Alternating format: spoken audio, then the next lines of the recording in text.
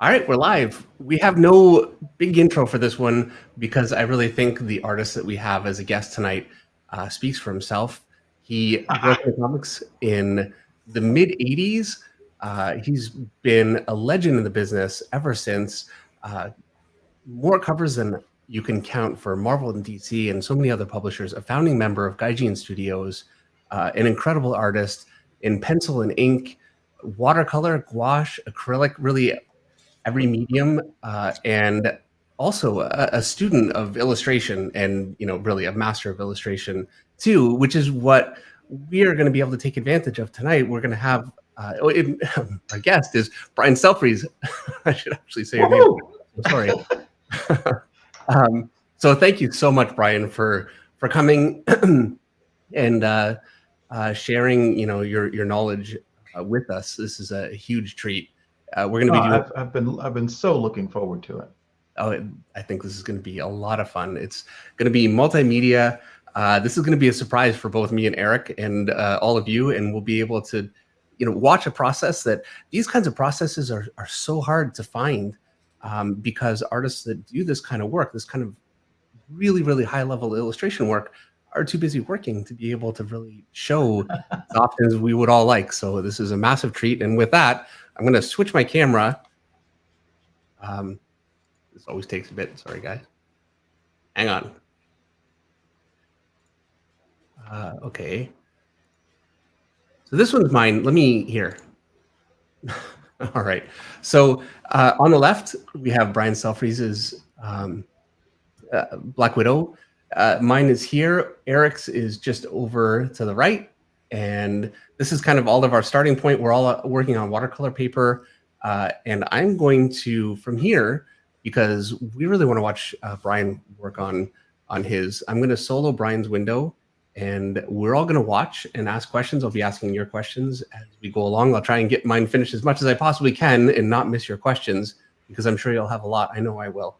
So here we go.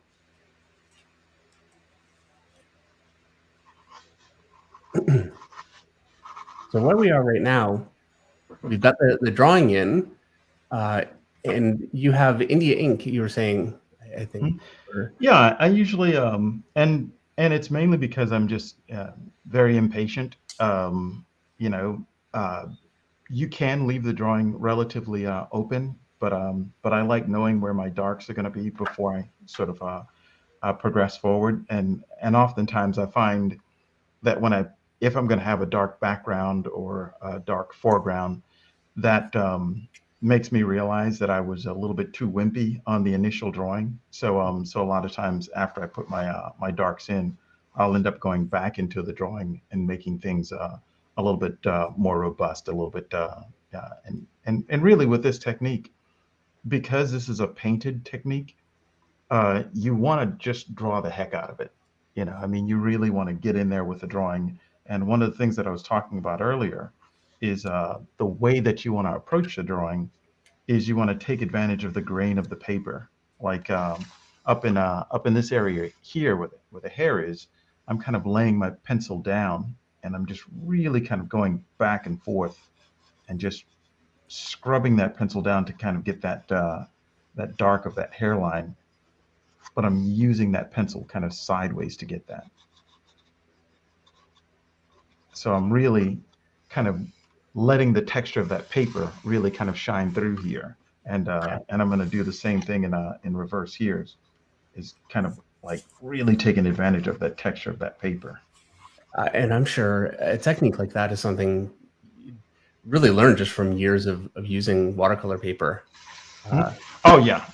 That's the cool thing is with watercolor paper, you're really in the habit of trying to take the disadvantages of watercolor paper and turning it into an advantage. I mean, honestly, the big disadvantage of watercolor paper is the texture on it. That texture is sort of designed to hold water inside the grains of the paper for a longer period of time. So it gives you a little bit more chance to kind of work on things. The evaporation is slower with watercolor paper than it is with Bristol board.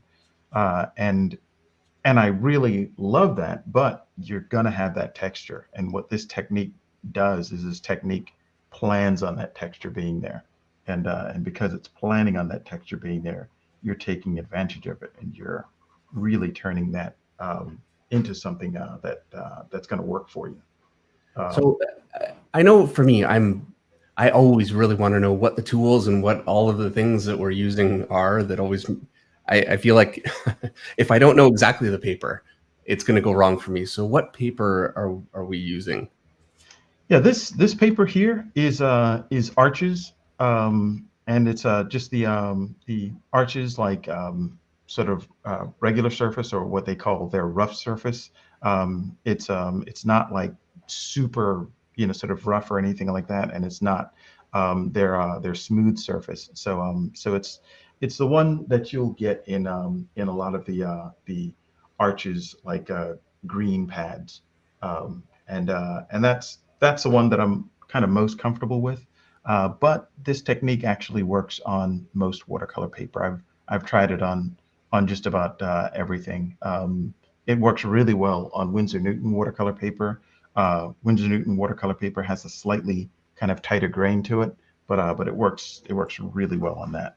The pencils that I'm using is the Luminance pencil by Karen Dosh. This is the wooden ones, and then I have like the you know Faber-Castell pencils, and this is they're like I think it's like Chromacolor or something like that, but these are kind of the waxier ones, and what's really good about these aren't going to move so much after I start splashing water and everything on it. Now, So those. what kind of colored pencil would move more? Hmm? Well, if you're going to use like and I think this technique works really well if you're using like you know a any type of like uh, pastel pencil, like the Othello pencil works really perfectly because it's got a nice little grain to it. But if you don't really spray that with a lot of fixative, what happens is when you put the gouache on, it'll just start smearing all over the place. And also, a lot of the dime store kind of colored pencils, um, they are made instead of with pigment like Prismacolor pencils and Faber-Castell pencils and the Caran d'Ache. A lot of the cheaper colored pencils, they're made with a dye. Hmm. So it's a combination of a wax and a dye. And what'll happen is you'll put your wash down and that dye just gets into solution and you'll just smear your drawing all over the place. And especially if you've done like a lot of work and just really kind of got a nice drawing on the board, that's incredibly disappointing. Yeah, I'm Yeah. sure. Yeah, and one thing that I think I should probably talk about a little bit is there's a there's kind of a plan for this. I kind of put a plan in place, and once that plan is in place, I just kind of allow things to swing from that point. Mhm. So one of the things that I try to do is I try to, in a sense, figure out how my thumbnail is going to look before I start my illustration. And in the world that we live in today, everything is based on a thumbnail. Everything is based on someone clicking on a thumbnail and enlarging it. And you want your thumbnail to have like a high level of recognition. If your thumbnail doesn't have a high level of recognition, no one's going to click on it, and it's probably a bad illustration anyways. So what I try to do is I try to um, work out where my darks and lights are going to be before I go to this stage in the game. Mhm. So, I've got like three examples here where I kind of like tested things out to kind of like figure out what sort of shape I want on things, and I basically sort of decided, okay, I want this. If the character's here, I want this wedge shape here in the background, Mhm. and then I'm going to have light kind of traveling down here, and then it's going to be the background is going to be gray here. Then I'm going to have that light area right there, that bridge, and then the costume is going to be gray. So between this and this, I kind of went with this. I like having the dark come all the way down. I think that gives me a higher level of recognition. When you see that, you can kind of see that that's a profile of a woman. Mhm. So instead of going with this, I'm going to go with this. That's why I've kind of like already set that up in my dark stages of Yeah. the game. Yeah, And actually, we might have Dan DeSantos watching. He said he was going to stop by, and I learned so much about those kinds of thumbnails because I've done thumbnails for years, but not thumbnails that have that kind of value contrast. And I yeah, yeah, valuable. yeah. So Well, and one thing that I think is really important, which is tricky, is I try to do my thumbnails without lines. You know, because if you do a little tiny drawing and then you color that in black and gray, well, it's still a little drawing, so your recognition is going to still be high. So what I want to do is get the drawing off the table and see if just my values are giving me a level of recognition. And also like a nice little trick that I always do when I do portraits, and anyone who's had a figure drawing session with me will kind of know this, is there's a thing that I call the balloon and the primitive. And what I mean by that is I'm going to think of a primitive shape. It's either going to be like a square, or maybe a triangle, or it can even be a circle. So that's going to be my primitive shape, and then I'm going to think of a balloon with a string. So it's going to be a balloon, and then the string kind of coming from that balloon. And the combination of the balloon and the primitive will get me a really interesting composition to a portrait. So what I'm thinking of is if I have to do a portrait, and let's say I've decided that my portrait is going to be this balloon with this string, which is what this is. Now I think of what primitive can I put in the background, huh. and that's going to be this drawing here. That's going to be this piece. So that means there's going to be a concentration of detail on the balloon, and then the detail is going to diminish as you move down the string. So what Very this tells me is my detail is going to be here, and then my detail is going to ease off as we go here. So back here, I really can't put too much detail because that creates two paths of interest which will contrast each other. So this is what I want. Here's my balloon, here's my string. And the nice thing about this is you can really end up kind of like you know kind of pushing this. Like even if I'm going to do something like this, and I decide this is my balloon and this is my string. Well, now I can do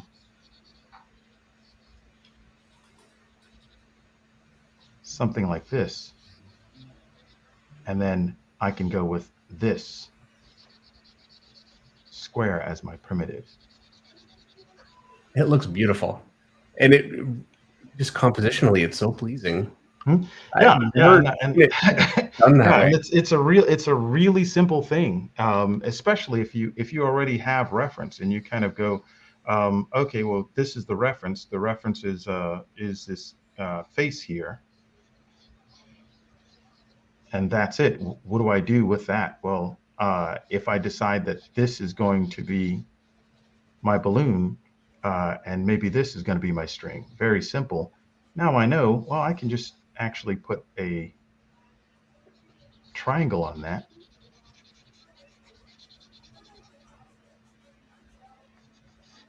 and I'm automatically going to have a strong piece.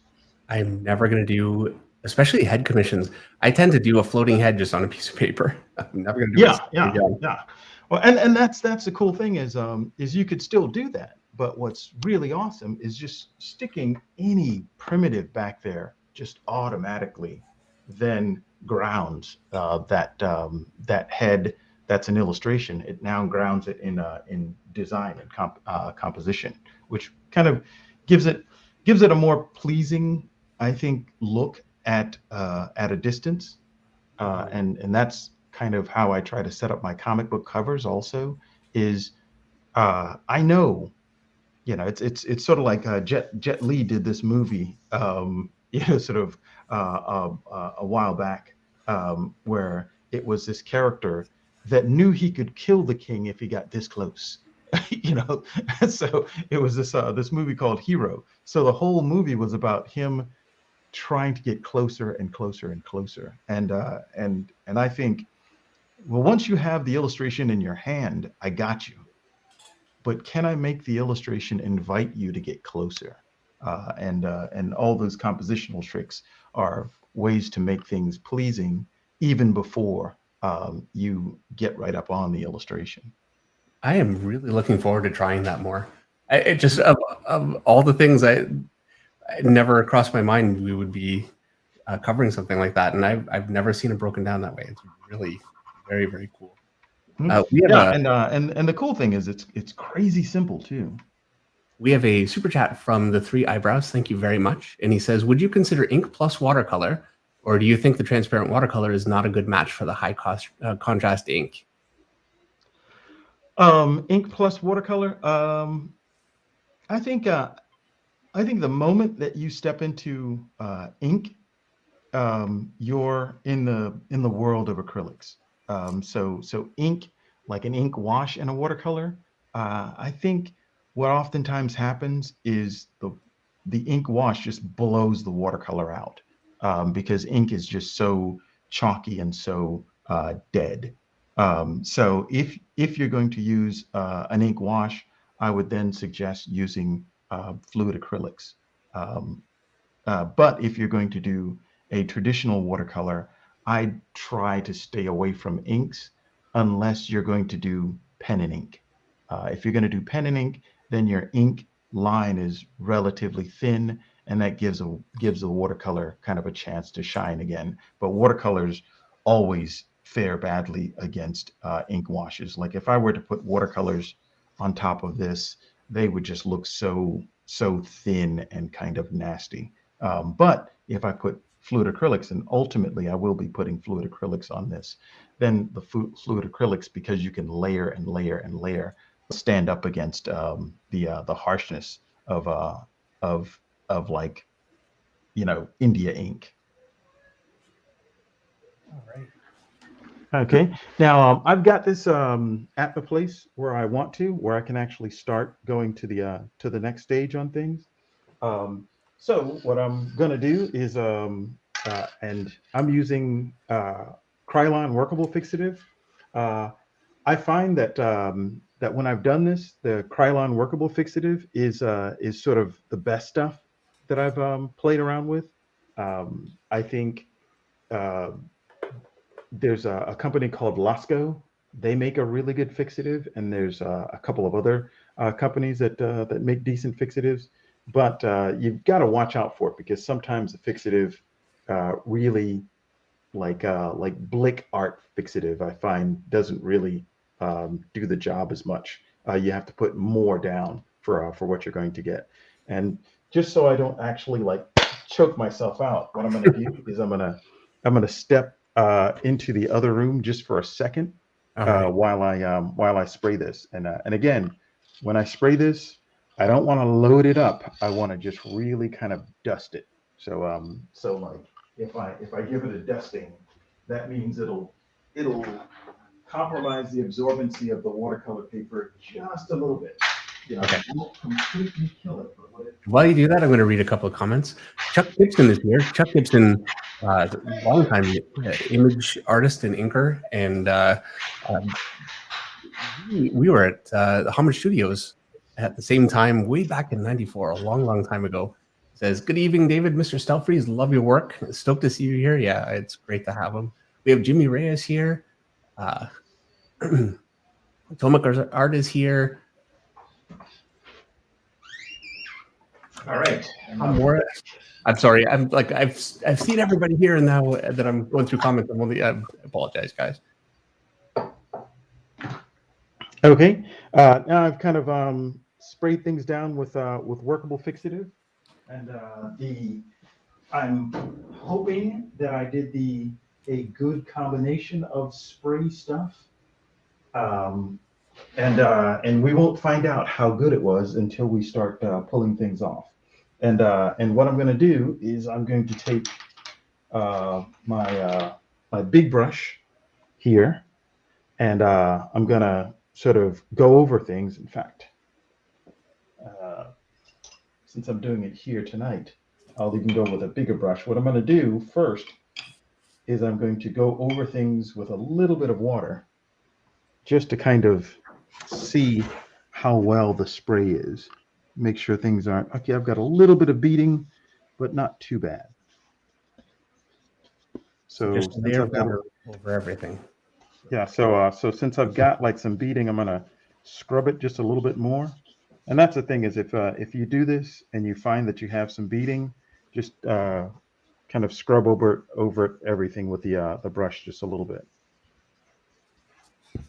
But if you sprayed it too much, then and it keeps on beating, I say just decide that the illustration has beaten you and surrender. It's good to know that early. Yeah, yeah. Just if you're gonna bail early. Yep. That's right. Okay, and everyone agrees that that this next part is the most terrifying part, which is the part where you kind of put the gouache onto things. And what I'm going to do is I'm going to sort of start warmer up here because I really want her hair to kind of like stand out. And her hair is going to be very orange. And I'm going to sort of really bring that warmth into her skin. But as we move down, I want to get a little bit cooler. So I'm going to start with the burnt sienna up here. And then I'm going to move into kind of blues as I go down. But the blue isn't going to be like very strong. So let's give this a shot and see what happens. I'm going to go with a slightly smaller brush. Thank you very much, Daniel Caselli, for the super chat. I appreciate it. And James Angel would like to know if you're going to release another signature art book in the future. I'm not certain. That's I'm going to have a talk with the Boom guys. I mean, that was a lot of fun. I mean, I really had a great time with that. So it's something that I definitely love to do more of. But we'll have to kind of see how that works out. So Brian, is that your gouache right now, right? Yeah. Okay.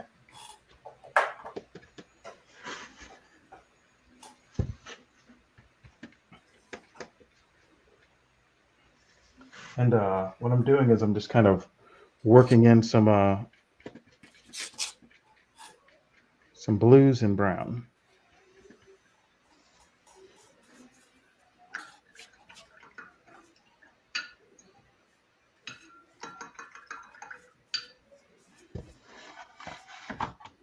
All right, and I'm gonna get just a little bit more gouache. I think I can help myself by going a little tiny bit darker on this.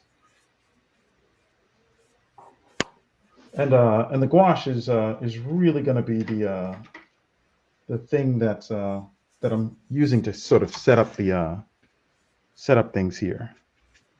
So I've just mixed in a little bit more gouache here.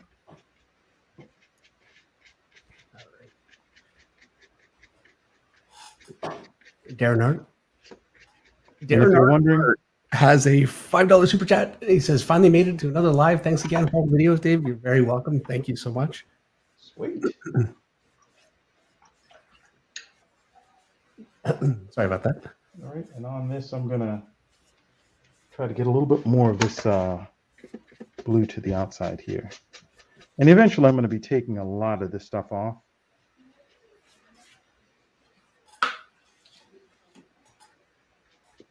So I'm assuming, yeah, you want it thick enough to where you can remove it, not just a light wash. Is that what you're aiming for, Brian? That's exactly what I'm aiming for, and I think that's gonna do it for me. Her face is gonna be relatively subtle, so I don't really need to go crazy with this. And now what I'm going to do is got my napkins here. So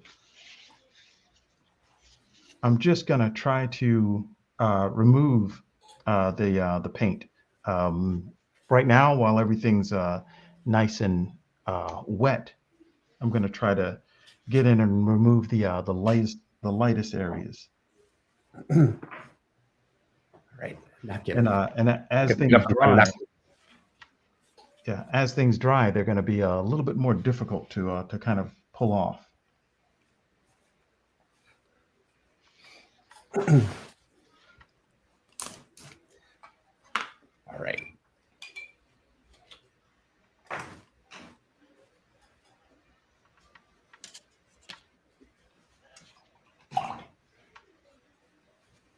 Is that brush slightly damp, Brian?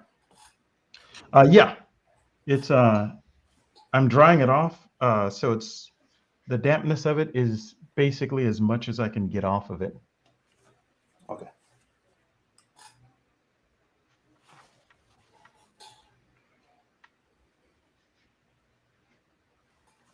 And I don't know how well you guys are pulling stuff off. It's working.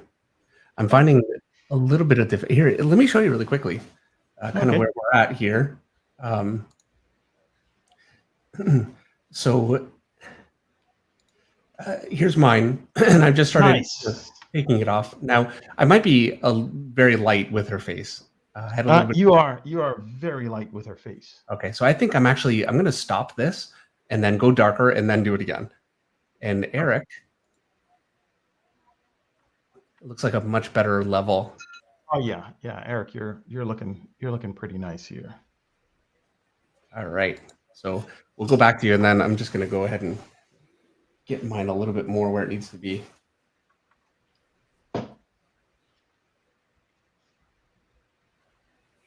So Brian, I saw a question earlier, which is a pretty good question. Is who's your influences? Oh, I've got like way too many influences. As far as directly comics, my biggest influence is going to be Walt Simonson and Jim Steranko, and the fact that that I've met both of those guys and they were both like incredibly cool to me, as just the most awesome thing in the world.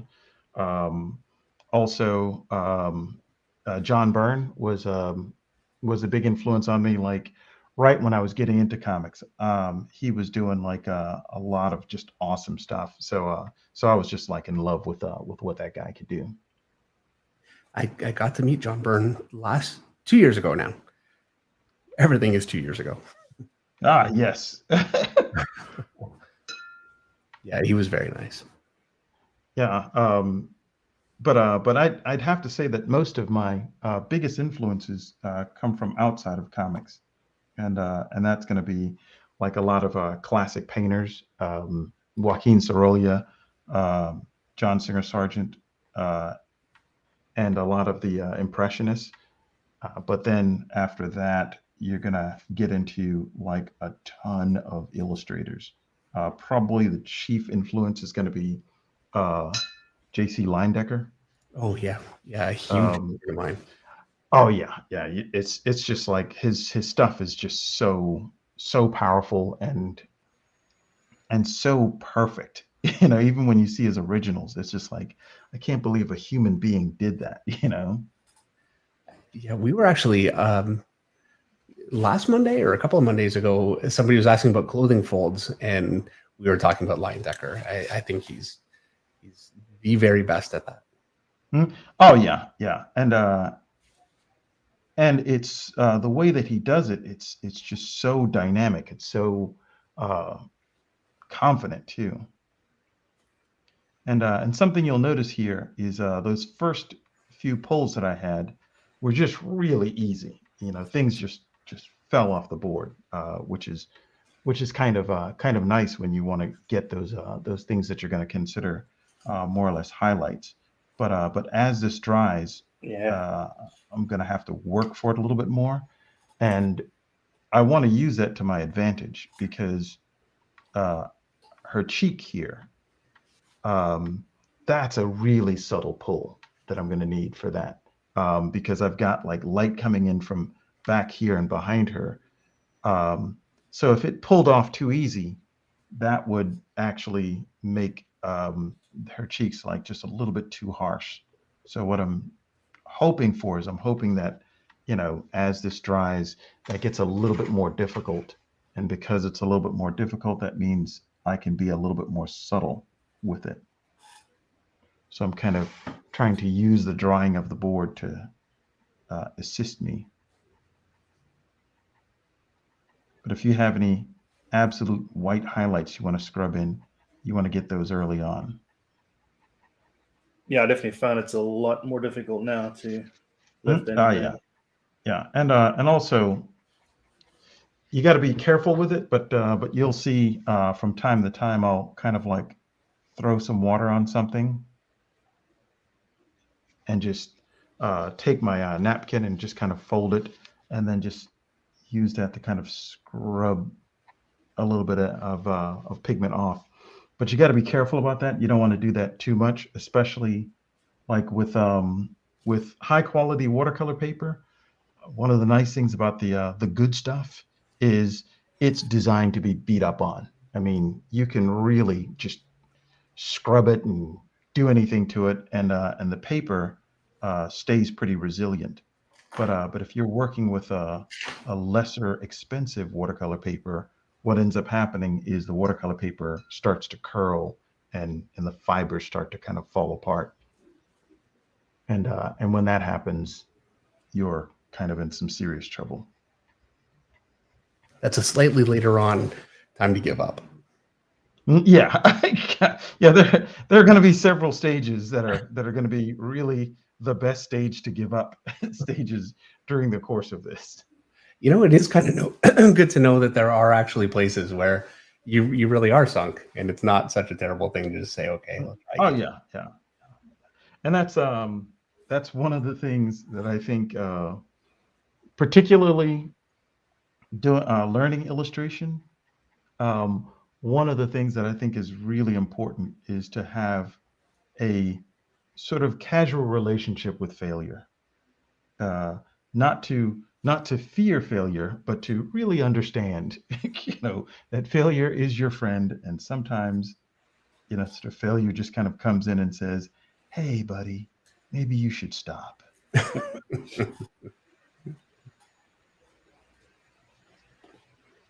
So when I do fail, I try to do it quickly.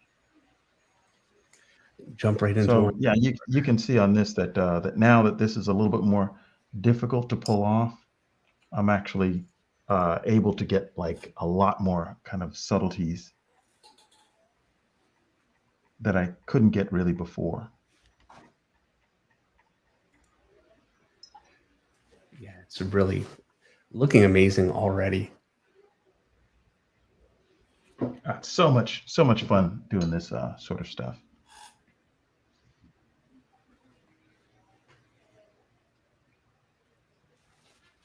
And the neat thing about this is this part that you're doing here. This stuff ends up being kind of the medium values. You still have the option of going back in and establishing darker values, and the Prismacolor work and any opaque work is going to be the darker values, but this is going to be the medium values. In fact, the cool thing about this technique is it is a variation on an old illustrator's technique, and it's I think Dave Grove just described it best as saying it's coloring drawings rather than painting. So what you're going to do is you're going to start with a really strong drawing, and you're just going to sort of colorize it. And one of the things that I think is interesting is this technique. Anyone who's seen Drew Struzan's video of painting Hellboy, this technique almost ends up being exactly like that, because what you're doing is you start with a hopefully a strong drawing. And then after you have that strong drawing, what you're going to do is you're going to, and Drew does it with airbrush. He goes in and just does airbrushing over that strong drawing. And then after he's done the airbrushing, what he does is he goes in with the Prismacolor pencils. And this technique is exactly the same. So this stage right here is the analog stage to Drew Struzan doing the airbrushing. But instead of airbrushing, what we're doing is we're pulling colors off rather than putting colors on. Yeah, the Star Wars piece that you sent us and that Dave posted to Instagram and used as the thumbnail here really gives that Drew Struzan vibe. Yeah. Yeah. So I'm real happy with how the face is going. I'm gonna kind of go back and the places where I was getting a subtle pull, I'm gonna sort of lighten things up just a little bit.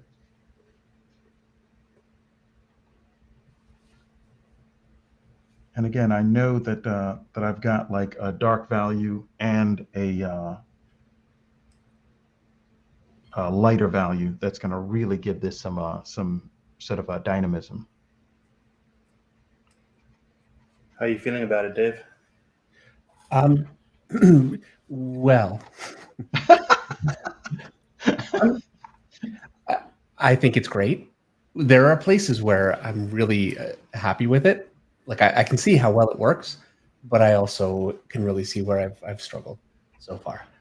But I mean, that's pretty natural doing this the first time. And the nice thing is, unfortunately, while I'm not getting anything like what you're getting, Brian, I know that in later stages I can, you know. Yeah, well, that's honestly the one of the cool things about this is this part is kind of the tricky part, where like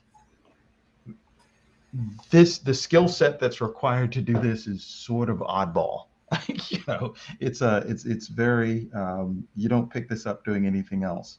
But what's nice is after you've done this a few times, you get it.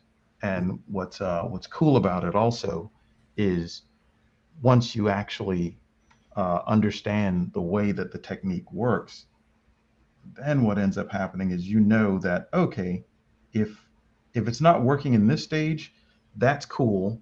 In the later stages, then I can kind of come back and do some more awesome stuff. So it really gives you, you know, like for those who want to push through the failure, there is opportunities to sort of get the drawing back like a little bit later. That is good news. Absolutely. Definitely to a certain extent, I'm going to need that. Yeah, that's the crazy thing about this is oftentimes when I'm doing this technique, I don't, you know, I'll just kind of go through it. I'll just kind of like just blow through it, and I have no idea how it's going to work out. Even when it looks like a failure, sometimes I'll just kind of keep working. But what's really cool is I find that on most occasions, the piece that I get to the end is much better than where I thought I was in the middle. Okay, so this is kind of like working out for me. The way this is going down here, I would like for that. I'd like to pull some highlights in here, but again, this is my path of interest. So I don't want too much attracting your attention down here. So I'm going to leave the drawing alone, just let the drawing stand on its own. But I would like to sort of pull some of the highlights out here. But I'm going to really try my best not to overwork things. I mean, that's the thing about this is I think when you're working in illustration, there's a part of you that just wants to, I mean, there's something so soothing about rendering, you know, so comforting, and you just want to render all the time. But I think knowing what areas you should render in really informs the drawing a lot stronger. So in these areas that are kind of beyond attention, I don't want to mess with that. I want to let my drawing and let my mistake of whatever happened with the colors sort of take care of that for me. Um, and even on the hair, the part that's back here, I'm not going to mess with that, but I like this path here. So what I'm going to do is I'm going to pull a few highlights down low. Mhm.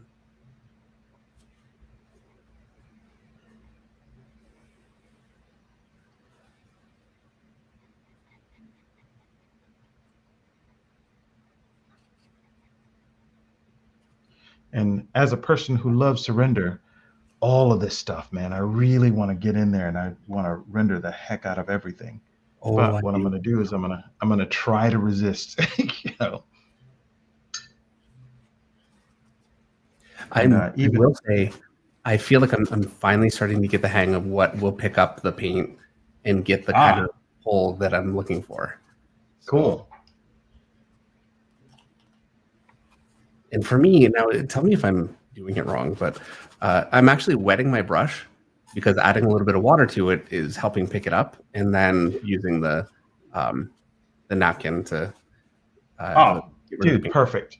Yeah, the cool thing about it is sometimes, especially if you don't quite have enough spray fixative, Mhm. what's happening is the paint is getting into the fiber a little bit. So what you'll have to do in that case is just like sort of like what I did on the ear, where I'm going to put down a little bit of water and then work on something else. But that water is kind of loosening up that fiber, and then I can go back and then pull the color off of it. Okay, so I think I was so afraid to put spray fix on, I didn't quite put enough down. Yeah. This time and because if you put too much down, you're sunk. Oh So yeah, you're sunk. Yeah, you can always put more spray fix on, but like once the spray fix is there, you can't back out of that.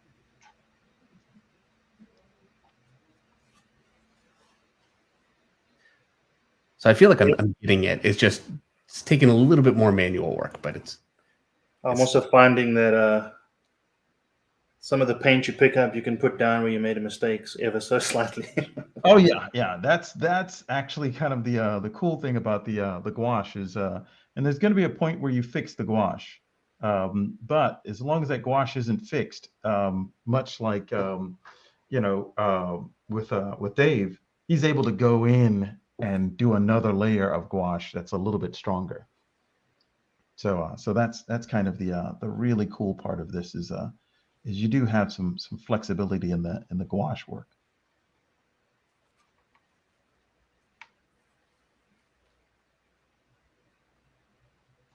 And the cool thing about this technique is you can really get hyper realistic with this. I mean, if you really wanted to kind of like push things, you can really get photographic with it. But I personally like when it just looks like, oh, you just spilled paint on the canvas and it just kind of happened.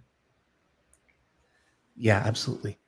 And it's when something is much looser like that, and then you have a few areas of really crisp detail, it just pops so much more than a completely finished picture. Oh yeah, yeah, yeah. I feel the same way.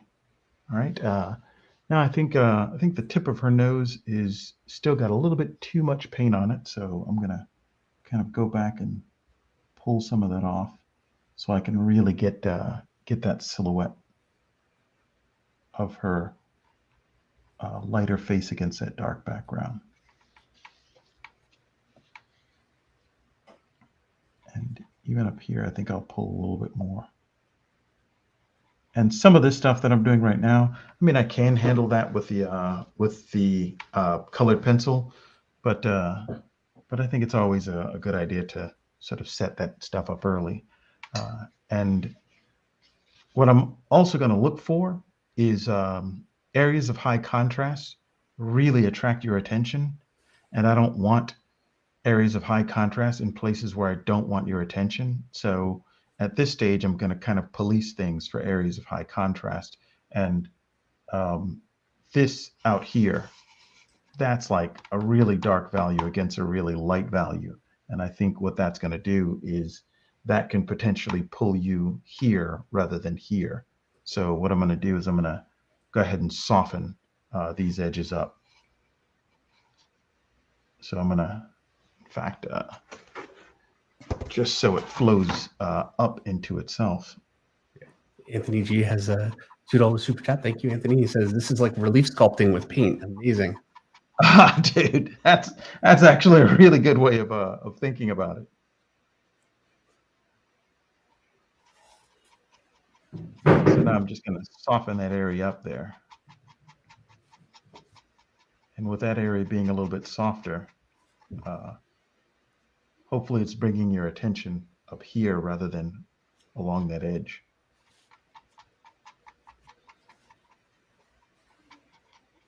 Yeah, something else, we were having a really, my girlfriend and I were having a really interesting conversation this morning about the idea of when you're doing an illustration or a painting, the fact that you have a strong drawing, the fact that it's proportionally correct, gives you a sense of reality. It gives you a sense of physics, a sense of being there. But we were thinking that the things that are incorrect could potentially be the things that are giving you a sense of emotion. And anytime when I want a drawing to be expressive, I have a tendency of twisting the proportions just a little bit, making the proportions a little bit more incorrect. But I think it makes the drawing a little bit more expressive, a little bit more emotional, and it's kind of cool because I've listened in on you guys, and you guys oftentimes talk about style, and I've gotten to the point now where I'm starting to define style as imperfections that trigger emotion. Absolutely. And so much style is what you pick up from influence. But I think there's, once you start to develop as an artist, there becomes your own voice, and no matter what you pick up, it gets filtered, and that is, I think, what that stuff is. Okay, so I think I'm pretty far down the road here. I think I've got about what I need on this. I'm going to pull out some of this stuff on this kind of zipper here. But ultimately, what I'm looking at now is another round of fixative, and possibly I think it's time to kind of jump in there and get some fluid acrylics on this. All right. I'm right now in the middle of actually putting a little bit more gouache down because I was still too light. Yeah. Well, one thing that I noticed with this technique, and I've done this for literally decades now, but my approach is always way too wimpy. When I'll get to the next stage, and I'll always, almost 100%, go, man, I should have done more in the pencils, or man, I should have done more in the gouache, or I should have done more. So I'm constantly in this battle with myself of like, when you're looking at white paper, anything that you put on white paper seems like it's way too much. It really, and it's just frightening when you put something down on white paper. Something else I'm noticing, I just want to say that gouache lightens so much more than acrylic. Even I put it down, I think, oh, it's dark, and then it almost disappears. Yeah. Oh, yeah. Especially the darker values, and I think because there's a little bit of chalk in all the gouache, it really has a tendency to sometimes bloom a little bit lighter. That's one of the things that would drive me crazy about acrylic gouache. Is there some colors that just turn into a completely different color when they're dry? Yeah, and if you know, and you've done it for years, I'm sure it starts to get easy. But Yeah, you tend to learn the personalities, and you know what each are going to do. yeah, Okay, so I'm at a good place on this. What I'm going to do now is, and really, I think anyone who's playing around with this technique, it's actually a good idea to let things dry with the gouache. Um, you know, let it dry pretty solid, so that you know that the next stage is when you hit it with a fixative again, you know that all the gouache is going to hold in place. What I'm doing is I'm sort of fixing this while it's still a little bit wet. okay. So that's not the smartest thing that you can do. I've done it for a while, so I kind of know what to expect. Well, So we're gonna do it right with you. I'm not even leaving the room because it's a live stream. I figure all these brain cells will be fine. okay, I'm going to take this off the board just for a little bit. And, I don't recommend doing what I just did. I'm a little stupider now than I was a minute ago. DJ Jack has a $5 super chat. He says, "Hey Brian, I'm definitely going to use this technique and work it with my Copic. That'd be very interesting to see how this works out with Copics." Oh yeah, yeah.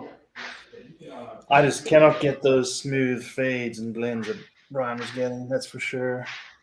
Yeah, well, I'm curious to see how yours is coming along. Let's take a look, Eric. It's just blotchy, but You know what? It is working. Like I can see, I see what you mean, but at the same time, it looks very interesting. It looks yeah, really. I'm finding that my brush is skipping a lot, and that could be the fixative.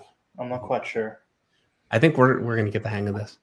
Yeah, for So sure. here's mine quickly. That's where I'm at Wow, right now. that's great.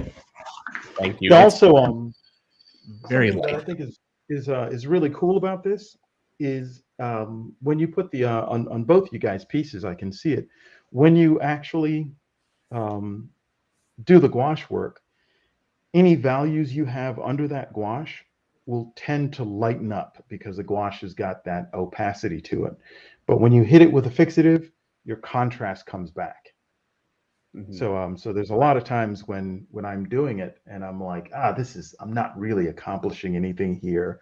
There's no real good contrast happening. But then I'll spray it with a fixative and it's just like, oh, there it is. So a lot of times the fixative ends up really being your friend. Yeah. I'm gonna run and put fixative on mine real quick, Dave. All right. Josh Greathouse says no one can get those smooth fades like him. He's been doing this for decades and all sizes.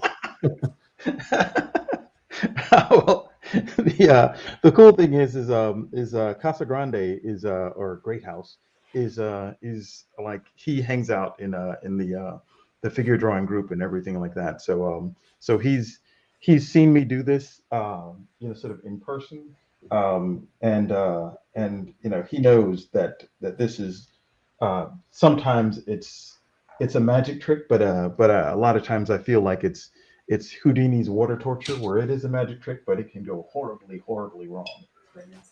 Yeah. All right.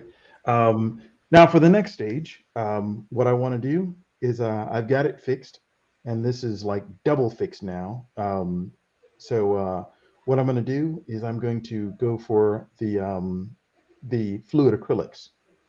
And with the fluid acrylics, I tend to like to travel with things, really. And you'll hear me using the word drift a lot.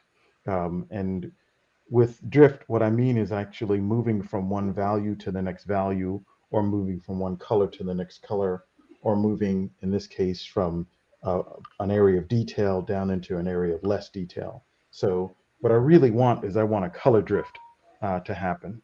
And I'm going to start that color drift with yellows, and then I'm going to move from yellows into orangey reds, and then I'm going to ease down into some slight purples as we go down here, and then I'm going to come back, sort of into some yellows as I end this off here.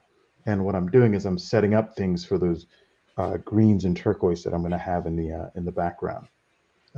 And with this, I'm not going for any details or anything like that. I'm just gonna just put down sort of color. I'm not gonna worry about coloring within the lines or anything like that. I'm just gonna lay the stuff down and see what happens and react to it afterward. And after I've got my sort of drifting wash, then I'm gonna go in and actually put color. I'm actually gonna colorize after that. But I want to lay my drifting wash down first. So what I'm going to do is I'm going to get all the colors that I want in my drifting wash, like on a piece of board, and I'm going to use that kind of as the palette that I'm going to paint with. I'm sorry, So, I realized I was muted. I just wanted to say quickly, we have ADC Art Attack here, a phenomenal YouTuber. You guys should check out. Thank you so much, ADC. Sorry, ADC. But thank you so much for coming. Actually, I just saw that ADC has some gouache videos I was just watching actually earlier on. So very cool to see you here. Thank you so much for coming. And Michael Del Fonte has a $5 super chat. And he says, "Thank you, Mr. Stelfreeze, for this revelatory masterclass in painting. I'm definitely going to rewatch the video for the stream over and over. And Michael, definitely try it." Oh, totally cool. And Dan DeSantos is here. Thank you so much. Great to see you here. Dan is an incredible illustrator, book cover artist, and an amazing oil painter, along with acrylic and really everything else also. But beautiful, beautiful oil paints. And Dan was actually a guest over the summer we had. I would love to see Dan's take on this. Mm-hmm. Yeah, Dan is just an awesome guy. Absolutely. All right. And let me get a little bit of, I've got everything except for purple. Get a little bit of that going. All right, and these are the colors that I'm going to be using for my drifting wash on this. And the color with the least real commitment is going to be yellow, so I'm going to start with that.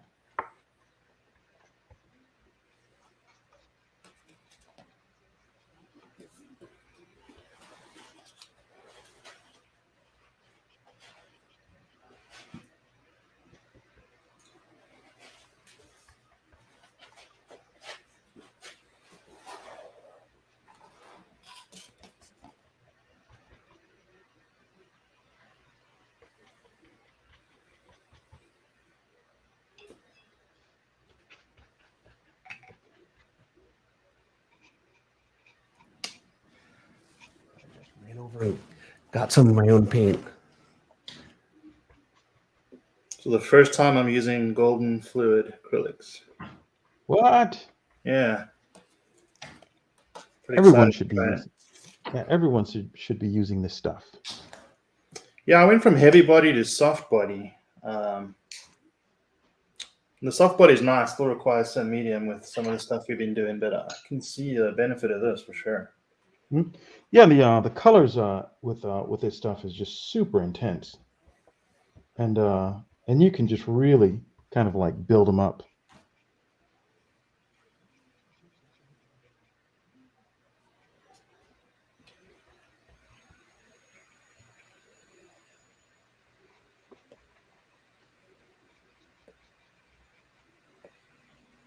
We've all gotten quiet now.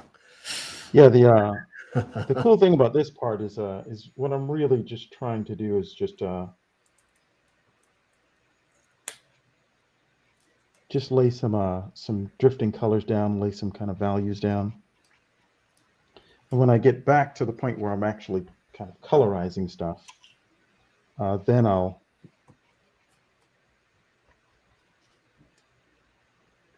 get serious about kind of staying in the lines and all that stuff. But for now, I just want to overall get kind of a color feeling on things.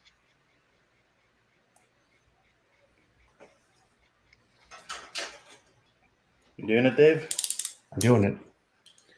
I feel like I missed some important information when I was spraying fixative. Yeah. Well, I think every part of this technique is relatively controlled. You know, you kind of know what you're doing. You know what you're going to get. But the fixative part, that's the part that's just kind of wonky. Yeah, and I really think there needs to be a few failures here and there, and then you get a feel for. Now, I will say I didn't have enough fixative, but I was still able to do it. So Yeah, that's the thing is you'll have to kind of change your technique based on how much or how little fixative you have on the board.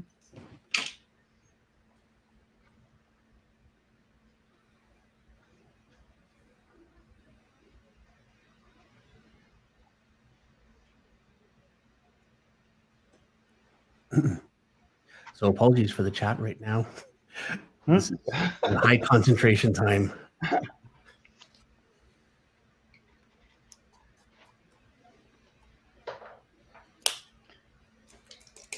Yeah, the doing this part here is really, I think like you said, the high concentration part. You gotta think a little bit more about what you're doing. Yeah. So you had some blue there as well, right, Brian? Yeah, I'm you know, again, I'm being impatient and not waiting for things to dry, and kind of getting in and moving some colors onto the costume and onto the background. And this is kind of the part that I kind of referred to as colorizing.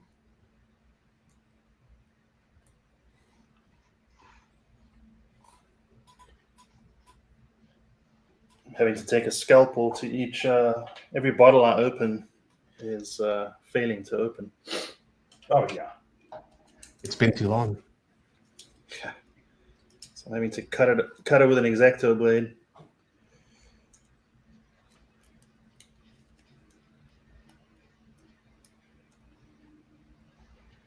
And I've moved into kind of a more pure green here. And it's just to kind of like bridge the gap between that turquoise and everything else.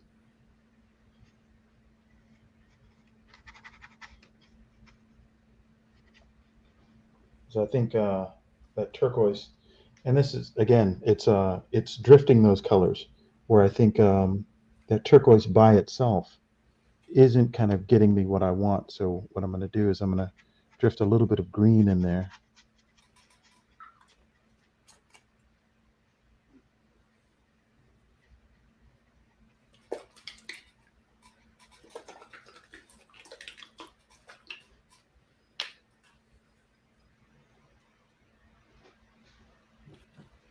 And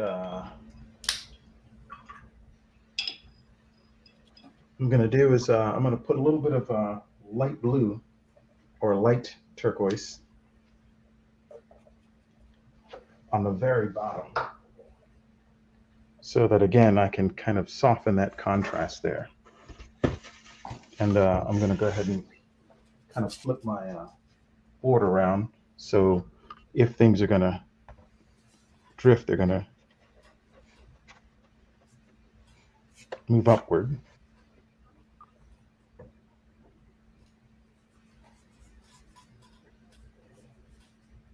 It's beautiful looking already. It's really, that transition is really beautiful looking.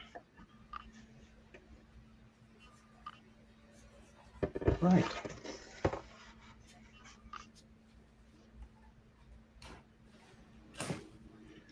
And I can feel a lot of these blues wanting to kind of like sneak down and kind of ruin things, and that's okay sometimes, but on this occasion I think I'm going to try to stop those from moving too much.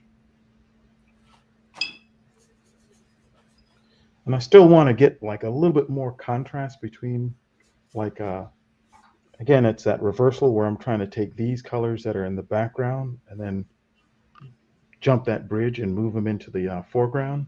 But I think right now it's a little bit too much. So what I'm going to do is I'm going to add a little bit of purple to this so that we get some separation. And again, I'm going to move that balloon string just down just a little bit more. All right. And I'm going to do that with my deoxazine, but I'm going to sneak up on it. I'm going to sort of start it off really light and see if that does the trick. And if it doesn't, then I'll go a little bit darker with it. Josh Greathouse says it's not really a Stelfreeze painting until the turquoise comes in. Yeah, at some point, there's going to be deoxazine, and then there's going to be turquoise. Yeah, when I was doing my homework on this, Brian, I was watching the video you had on YouTube, which is fantastic, by the way. I recommend everyone go and watch it, where you did the vampire and Yeah. and also your book, which was a huge help. The first thing I went out and bought was dioxazine. Oh Great. man, yeah. Well, it's tricky because I used to, it used to be all about the contrasting colors. I would use like if I was doing flesh tone, I would kind of go, okay, exactly what flesh tone am I using? And now let me use the perfect complement to that.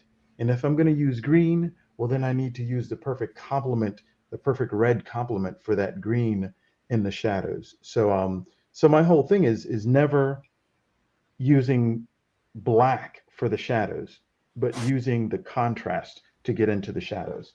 And that just gives the colors a little bit more life. So I would always just kind of go, okay, I'm doing this and this thing is going to be this color. What's going to be the complement of that color so that I can ease into the shadows gracefully?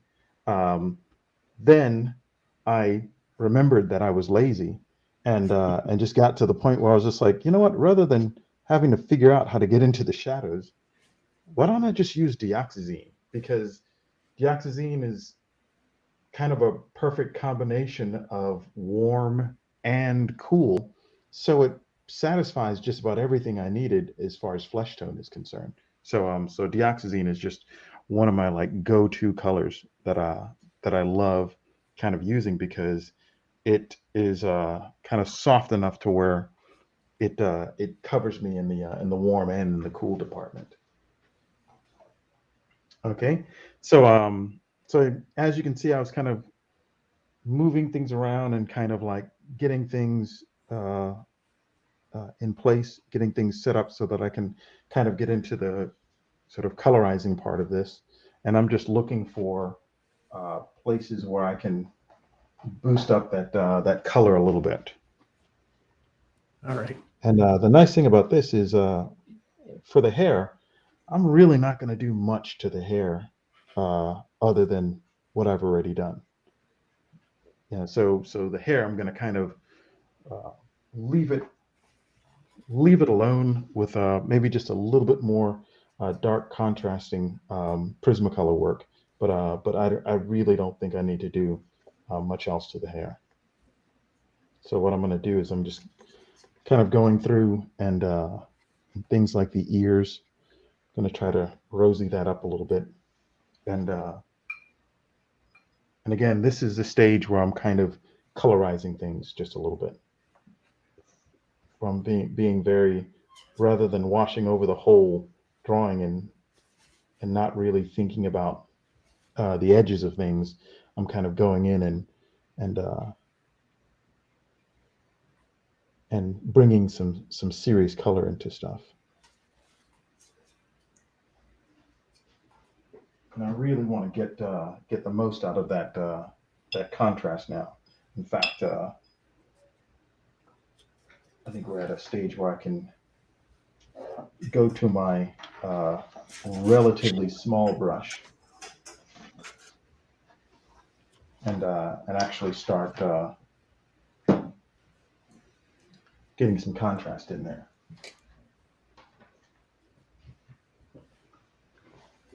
And what I'm going to do is just kind of use the same palette here What I'm enjoying about this is I don't have to worry about the gouache anymore. It's not going to lift up now that it's been sealed with the acrylic. Because I did have some issues with the gouache lifting up, and that's kind of stopped now, so that's good.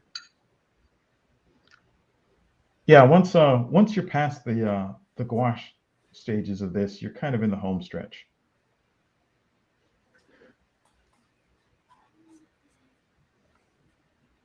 And again, for this, now I'm actually kind of going through and actually painting things. So I want to really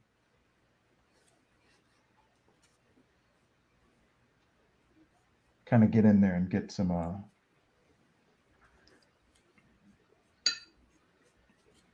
real colors happening.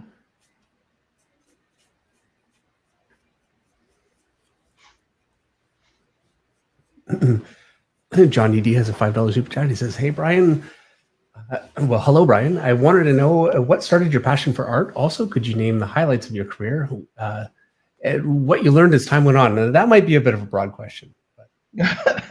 that is a giant size question. I think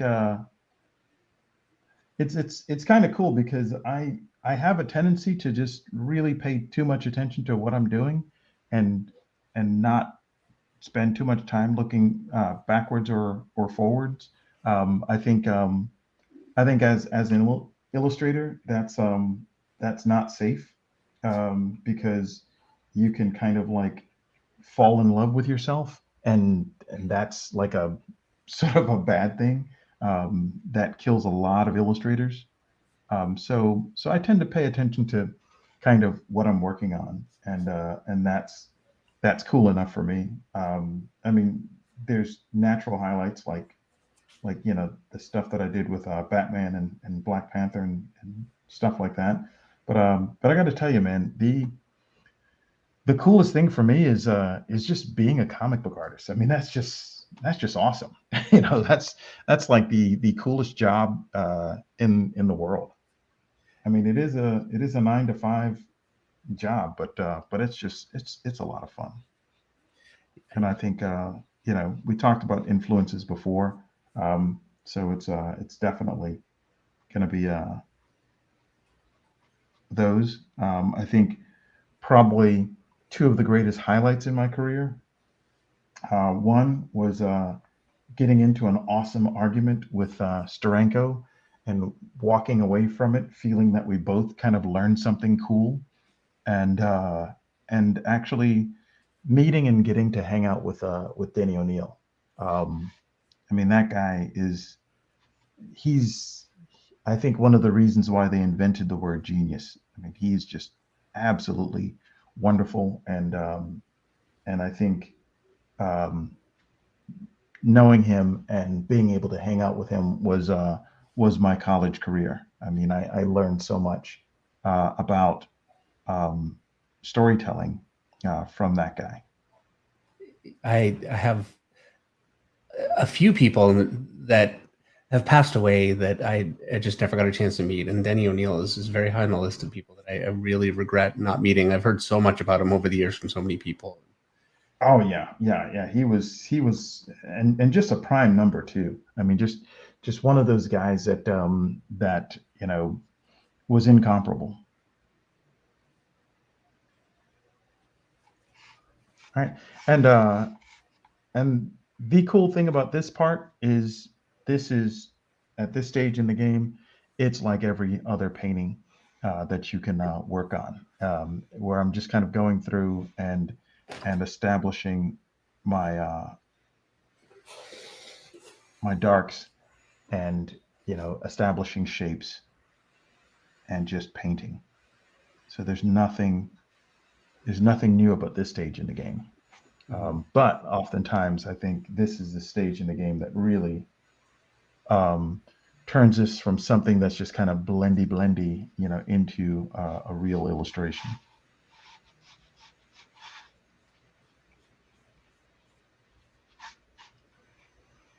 How's it going with you, Dave? I'm still alive. Good. It's still alive. so Oh, it hasn't like bucked you out of there yet. You're still holding on. I'm really, really enjoying this. I am struggling. I'm definitely struggling, but um, I'm also really feeling it, you know? So I'm actually there are times I really mind the struggle when it just feels like, okay, this is just beyond me.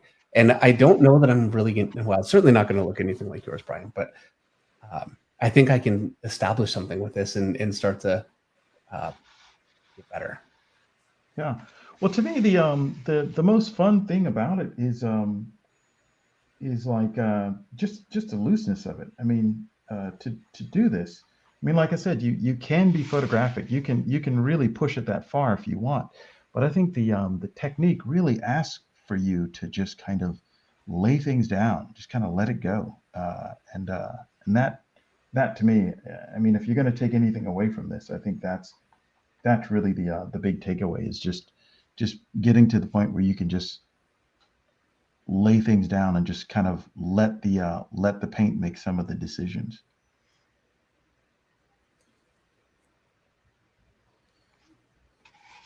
So how you feeling, Eric? Um, yeah, pretty good. It's definitely something you're gonna have to just practice a bunch. But I mean, I can see so much merit with this. Uh, Yeah, definitely and something. yeah, the cool thing is, like I said, I think this technique is part of just the history of illustration. Um, like you really um, once you understand this technique, it makes it easier to understand what Bill Sienkiewicz is doing. It makes it easier to understand what even Dave McKean and a lot of other illustrators are doing. Once you understand this technique, it opens up a lot of other techniques for illustration to you because what you're doing is you're not doing an oil painting. You're actually doing what is more or less, like I said, a colored drawing, and there's something fun about that. Mhm.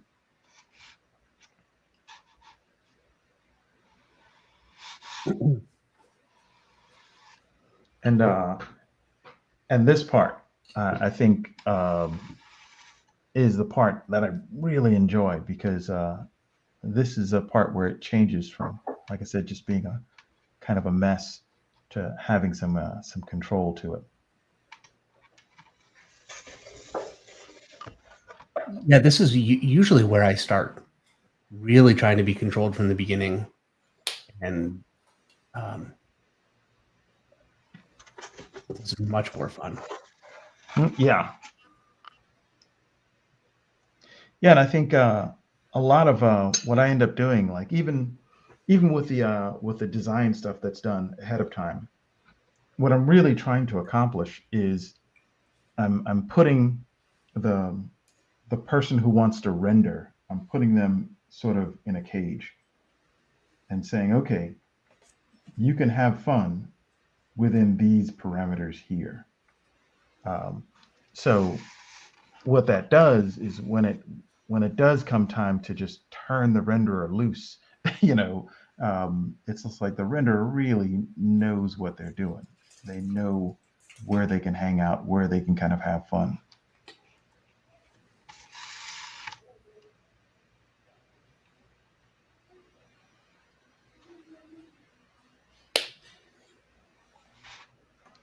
And the cool thing is all of that stuff that I had in the background. It's like some of that stuff is still there. You can see some of that stuff, but it's now just really pushed back. Mhm. So there's a super chat from DJ Jackson. Brian, have you done one of these in the Italian sketchbook? In the Um, what sketchbook? Italian sketchbook. I gotcha yet? I'm not quite sure.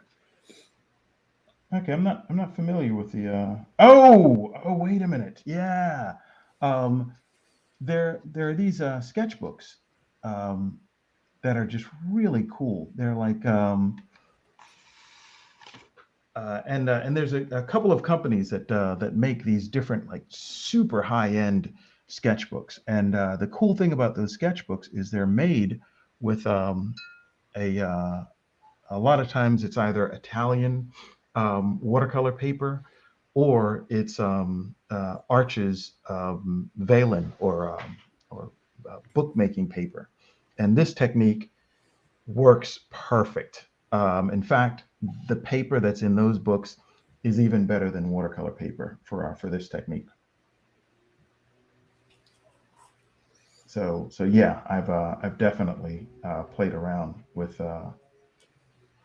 this technique, in those sketchbooks, and it's perfect. It's absolutely perfect. And then Dustin Rogers, this is a gorgeous piece and has been a pleasure to watch. Brian, what brushes are you using? I am using incredibly cheap brushes. This is this one in particular is a Princeton, sort of brush, and I believe this one was maybe $12. For this technique, you really don't want to use good brushes, because especially because of the fact that with a lot of the technique, you're literally scrubbing the brushes against the watercolor paper, and that's going to ruin your brush. I mean, that's just a guarantee that the brush is going to get ruined. So it's a good idea to use like less expensive brushes. In fact, I would go so far as to say with acrylics in general, the golden Taklon, which is sort of a variation on fishing line that they use for the newer acrylic brushes.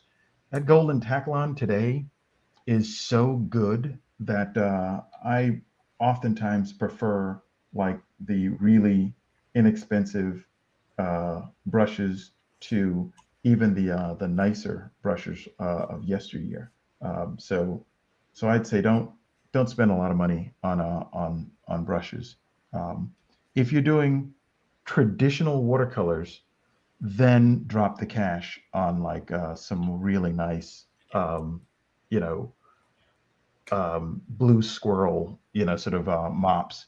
But if you're doing stuff like this or any of the type of stuff that I tend to do, don't really waste your money on brushes. So I use this brush. There's a brush that Raphael makes, and it's from this series, um, but it's again a golden Taklon brush that's really super inexpensive, and it's great for this type of work. So just trash brushes is the brushes that I'd absolutely recommend for this. Um, okay, what I'm going to do is I'm going to see if I can get a little bit more contrast out of that hair. I want some contrast, but I don't want too much, because I still want the face to be the subject of this. But I think this is looking a little bit too soft, a little bit too airbrushy for me. So what I'm going to do is I'm going to go in and break up that shape just a little bit.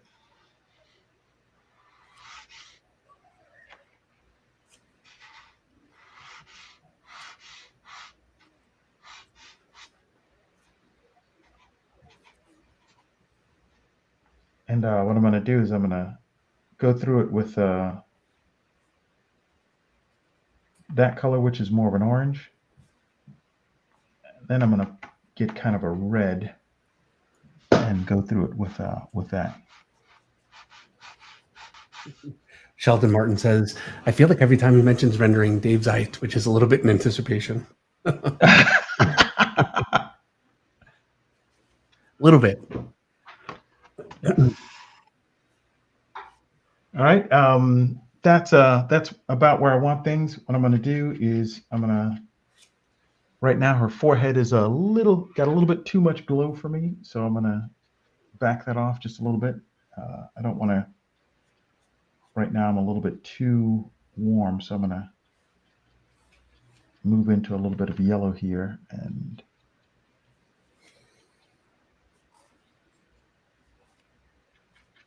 kind of back that off some. Okay. And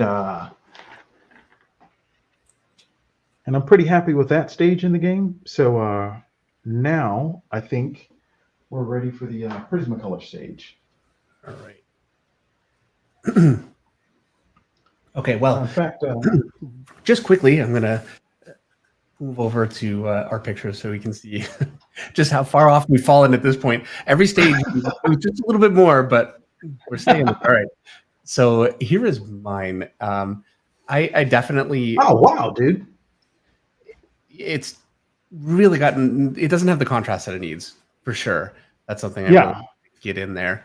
But I can see how I could certainly do that. You know. yeah, and really, what you've done with the hair is really fantastic. And I think the cool thing about it is what you have with the face is just enough. You might after doing this um, do one sort of light wash over the face to set those because we're going to go with Prismacolor. Mhm. So really, you can't have any white there.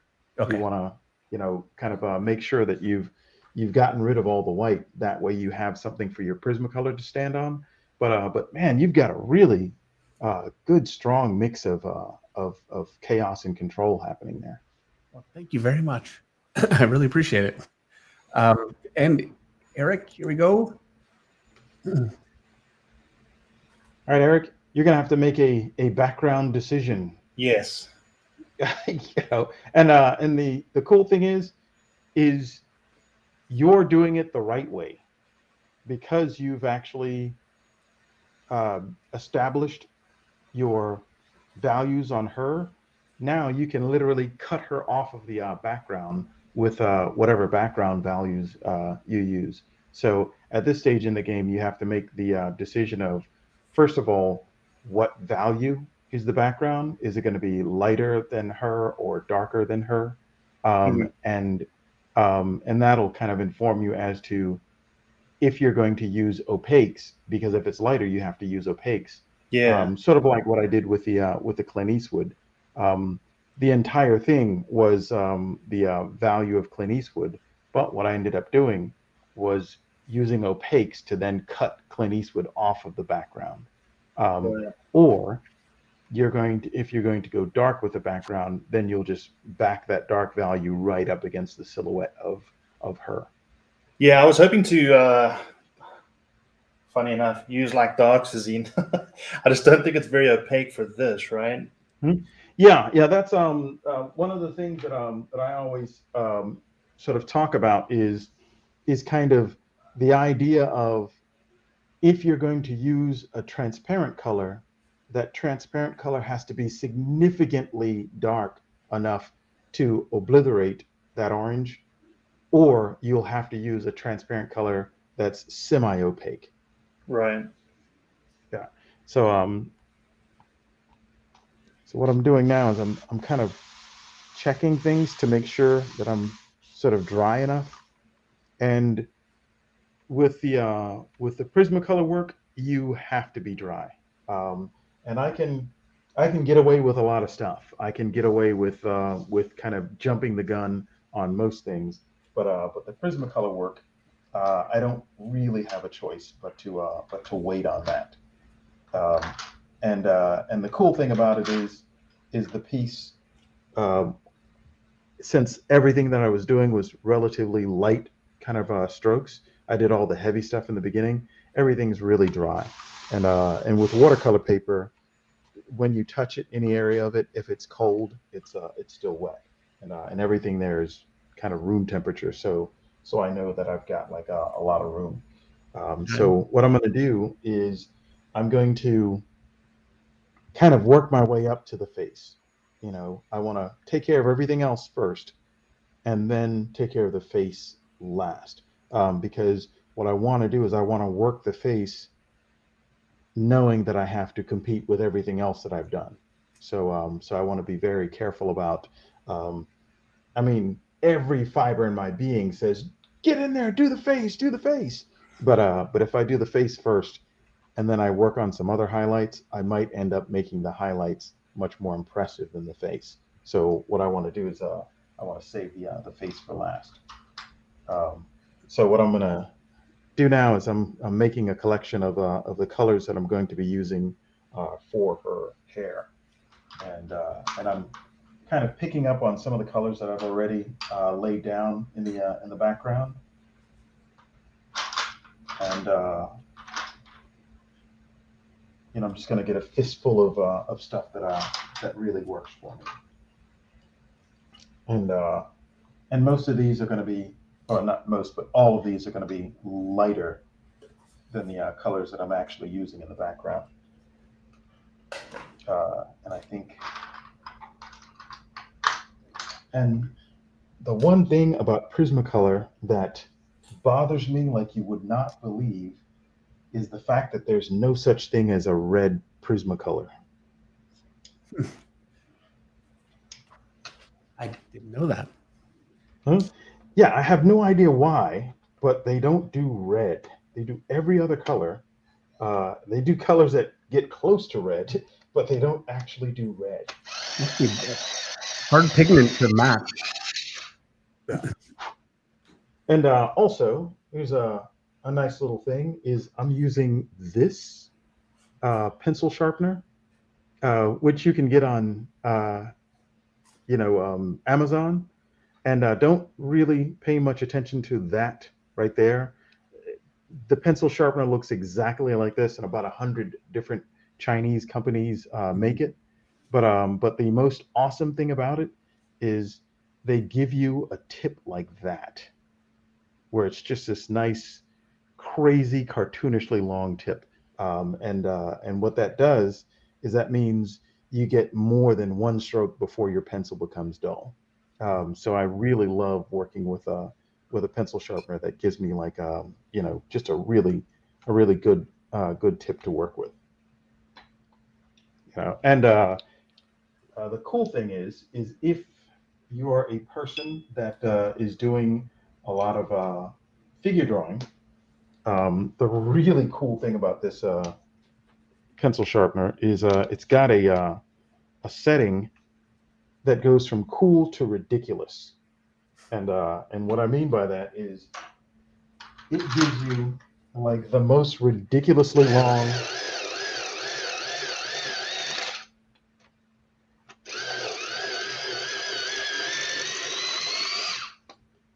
like that. And that is Wow. absolutely perfect for figure drawing. So it's a pencil sharpener that the lowest setting is cool. The highest setting is completely ridiculous. And that's like absolutely perfect for doing like figure drawing and stuff like that. Now, since I'm about to do the Prismacolor work, um, it's really your call. You can fix this and then do the Prismacolor work, but I personally think that since you're working on acrylic, you don't really have to sort of worry about that too much. So what I'm going to do is I'm going to kind of go in and just kind of create some shapes in here.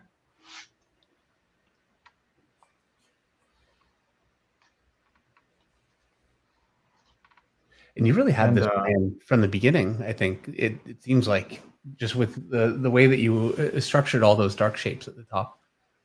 oh yeah, I guess to a certain extent it's sort of planned. Like a lot of times when I do backgrounds, there's a thing called Veronic textures that a lot of 3D programs use, which is just sort of textures that are kind of membrane style textures. Mm-hmm. Well, that Prismacolor bailed on me, and I'll just set those up, and a lot of times, hold on one second.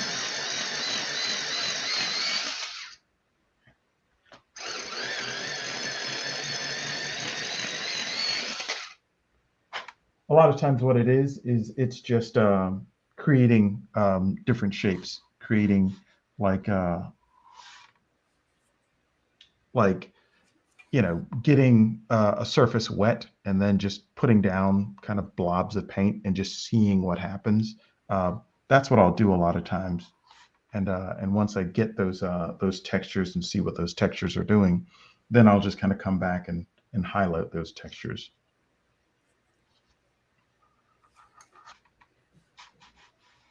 And for something like this, I'm doing red hair, but I want that red hair to be every color you can imagine.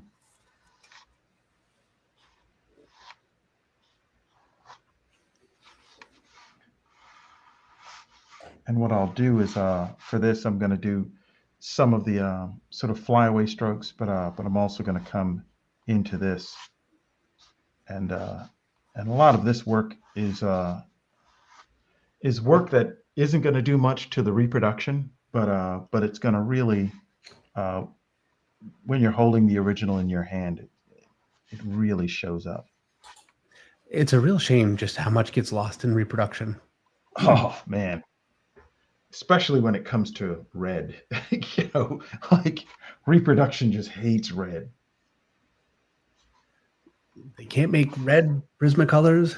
It doesn't produce red. Yeah. Color. That's the sad thing is you can't make red Prismacolors, and if you were able to make red Prismacolors, they wouldn't reproduce anyways.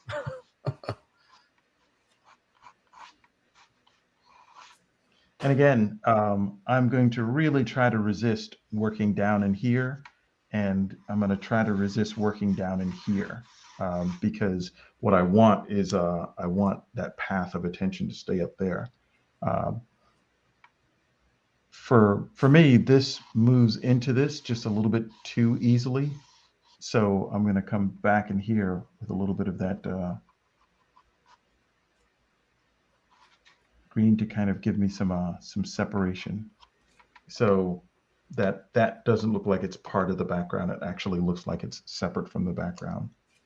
Mm-hmm.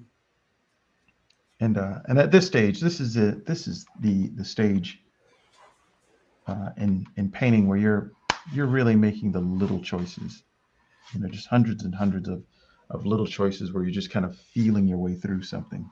This is much more my comfort zone. Now, I don't know that this will work for me, but I feel so much more comfortable. There are times I think I would love to be more of an inker that does finishes than a full penciler, Oh, just yeah. somebody else could make all those hard decisions and I could just detail. Oh man, there are times when I'll look at someone like Chris Somney or Mike Mignola or Eduardo Rizzo, and I'm just like, wow, you guys have got it figured out. It's like they know exactly how little work to do, and they're getting the most bang out of every little thing they do, and I just find that so fascinating, but I also find that impossible to do. I think it's a mindset, and it just comes down to your personality. You have to go with the kind of artist you are, I guess. Yeah. Yeah, it's like whatever cards you've been dealt, you got to figure out how to play it. Josh Greathouse has a $5 super chat, and he says, "So Brian, life drawing? How do you feel about life drawing?" Well, I did a figure drawing session here in Atlanta every Tuesdays, and it's just the coolest group of folks, coolest group of I want to say guys, but you've got like my girlfriend Steen, she's always there. Melissa is always there, and she's like just a phenomenally talented artist herself. But that figure drawing group was just the most awesome group of folks. But ever since the upside down times, we haven't been able to get back together. And invariably, one of the gang will say, "Hey, so when are we going to do that again?" And right now, I'm sort of a little bit into being alive, so I'm holding back on that. for right now. But as soon as medical science figures out this COVID thing, I'll definitely be back into it. I have high hopes that we'll all, as I cough, I have high hopes that we'll all overcome this soon. Yeah, I think, and I think it will, or at least back to a point where I can feel kind of comfortable doing something like that. Okay, now I've handled all of the sort of background stuff that I wanted to do. I'm pleased with the background. I'm probably still gonna find little things that I can kind of tease out here, but I'm happy with how things are going at this stage in the game. So now it's like, let me kind of work my way up through the subject. So what I'm going to do is get like a slightly different kind of fistful of pencils that I know will give me some contrast against what I've got here. I think I'm going to hit the whole background with purple. Go for it. Yeah. See where it lands. Yeah. See if it lands on its feet. All right. I've got like I think a pretty get this yellow here. Got a pretty good stack of pencils here. I think those are the ones that I'm going to primarily use for the actual details of the face. Yeah, that's going to do it for me. And really what I'm hoping for is to just really not have to go over the entire thing. And again, if the pull didn't work out, I'd have to go over the entire thing, sadly. But the cool thing is a good day today. The pull actually worked. So that means we can concentrate on the highlights. So I'm going to get a bit of an edge on some of these pencils.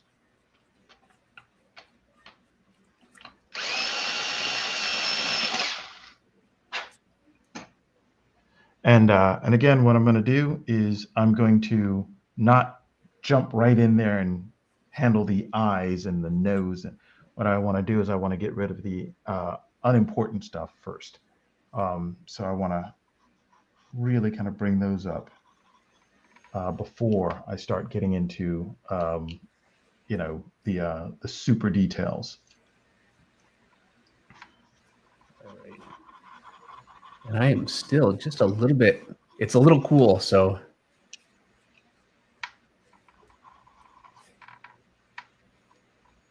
It's going to take me a little bit before I can get in there. Yeah, and the nice thing with this stage is, again, what I'm going to do is I'm going to try to either be lightly organic with my strokes, or I'm going to actually build up those strokes with lines. For this, rather than, because it's not that graphic, I don't want to do like those little lines that are closer to like maybe a technique that Drew Struzan would use.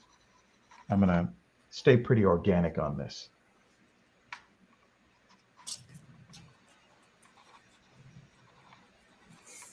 And hopefully the lines that I've laid down already are going to take care of things for me.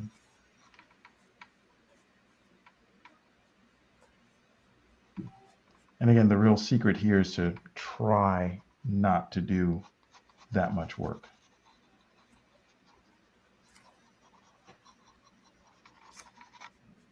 Because believe me, I'd love to render this to death.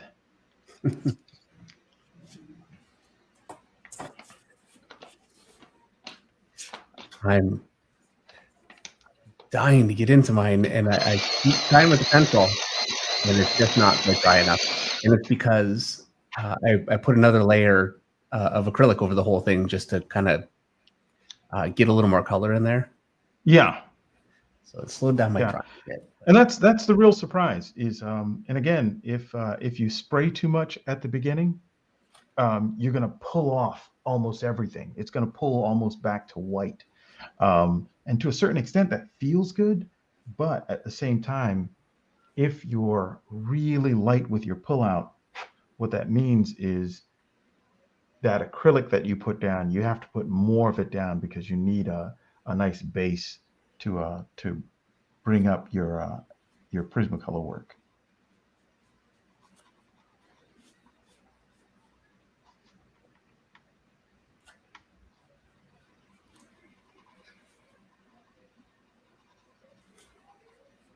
So I'm kind of bringing up the Prismacolor work, but again, I want to be a little bit careful. In fact, I say I want to be careful, and then I pull out white.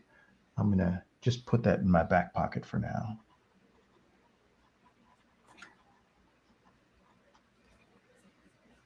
And that's the thing that's really tricky about doing this is I know that the white Prismacolor is going to give me some real magic. I mean, it's really going to stand up, but I want to hold back on that. I don't want really any white Prismacolor on these insignificant areas. I want to save that for the real important stuff. Do you feel that the white Prismacolor can make things a bit chalky, Brian? Yeah, if you're not careful. I mean, if you just sort of lay down just a sheet of Prismacolor, then things get really chalky. So I never try to lay down a sheet of watercolor, like watercolor, Prismacolor. That's one of the reasons why I'm either going to do an organic rendering technique, or I'm going to do just those little quick lines closer to something that Drew Struzan would do. So never, if you could possibly avoid it, never lay down just a giant block of Prismacolor pencils. And not only is it just bad from the beginning, but what ends up happening is that Prismacolor pencil, after a period of time, it blooms, and it blooms very waxy, and it's just not cool looking. So it's Prismacolor is that friend that turns against you.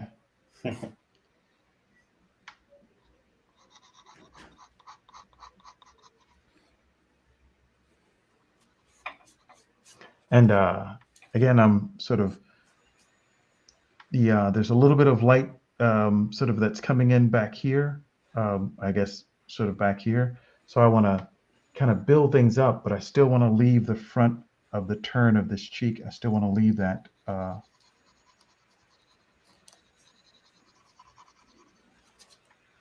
little bit darker. In fact, see if I can. There's been a few super chats. Let's see.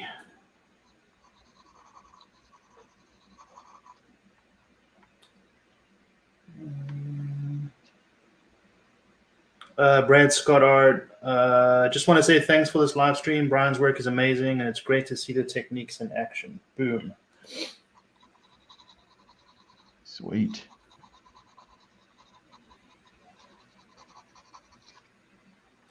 All right. And when you really get the technique, and when you really get the contrast right, I think it just really kind of harmonizes everything. I'm amazed that now I've finally dried out enough, and the pencil's just working. I really needed to be patient.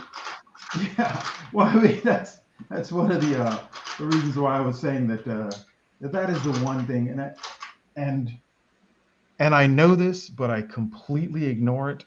That's the one thing that you can't rush. I mean, you just plain cannot rush. But I always check to make sure I can't rush it because I want to get to it. I want to get to the actual drawing part of it. The actual coloring part of it. Because I think what happens is that's the part that really makes it start to look really cool. Yes. Now I don't know. We'll see how this is going to come out for me, but I can tell you I'm having by far and away the most fun right now. This is the fun part. Very cool.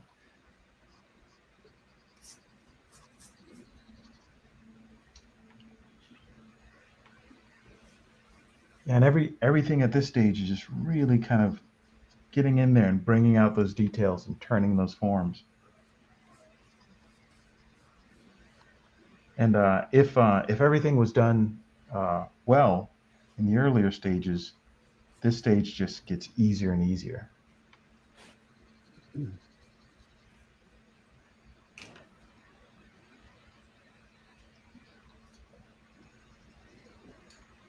And also, this is one of my favorite Prismacolor pencils. It's the 994, and the 994 has a brother, the 995. Man, it's like, to me, this is just one of those colors that's just it just accelerates what you're working on.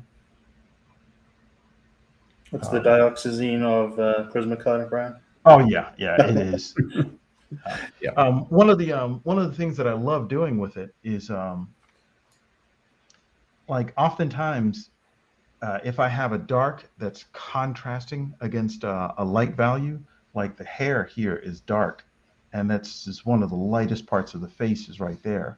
What I love doing is outlining, like dropping a very bright color before you get into that dark, because Andrew Loomis has this kind of theory of color that he picked up from James Montgomery Flagg, which basically kind of states that that a color in the light is washed out by the light, and a color in shadow is obscured by the shadow. So the brightest expression of the color is on the edge of a shadow, and not in the light. And I really feel that when you outline like a shadow with a bright color, it just really makes that shadow pop. And this is one of the greatest colors to actually do that with.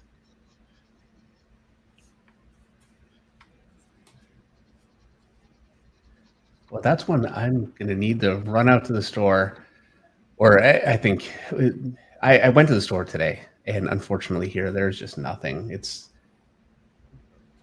think we're having supply chain issues, so I'll see what I can Ah, find on Amazon, see if I can find some of those pencils.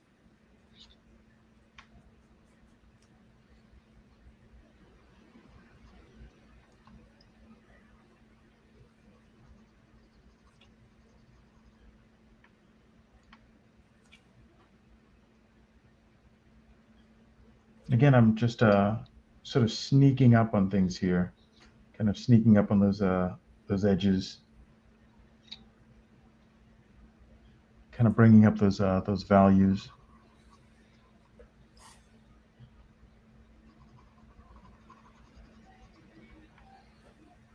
And I think it's funny because in the early stages, it just seems like everything you do is not really affecting the image much at all. But Mm. in this stage, everything you do just makes a dynamic change to the image.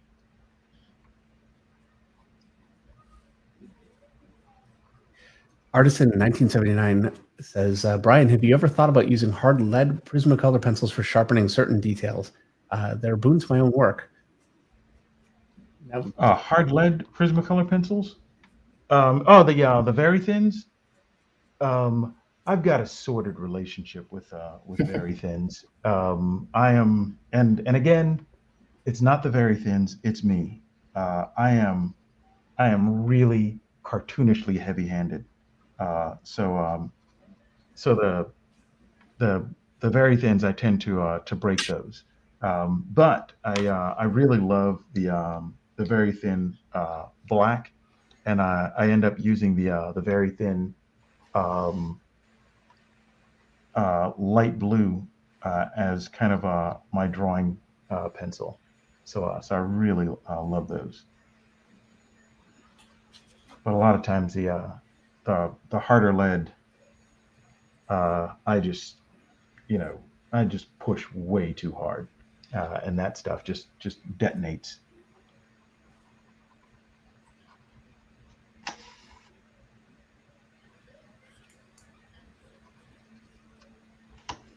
And so I'm getting a lot of the edges that I'm looking for. The nice thing is there's a lot of places on this face where I really don't have to do anything, where it's already kind of giving me what I want.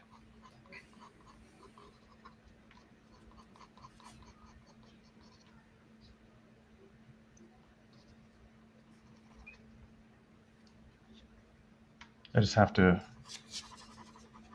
remember not to. I mean, once you get the white Prismacolor in your hand, it's nice to be able to just go crazy with it. But I'm trying to make sure that I kind of stop myself every time I pick it up and kind of go, "This is the white Prismacolor. Be careful." Now, if you do go too far with the white Prisma, is that something that you can recover? No, I mean, what you can do is you can cover it with acrylic. you know? Yeah, so it would be painting again. Yeah. Okay. So now I'm gonna sneak into the eyes a little bit, or into the.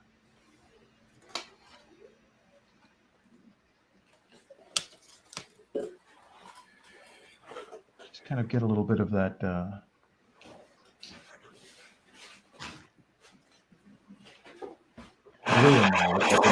Really cause some good contrast. Sorry, that was my pencil sharpener. It's a little. That's a little loud. That sounds like a Boston. It's a Staples. It's huge though. Ooh. It's enormous.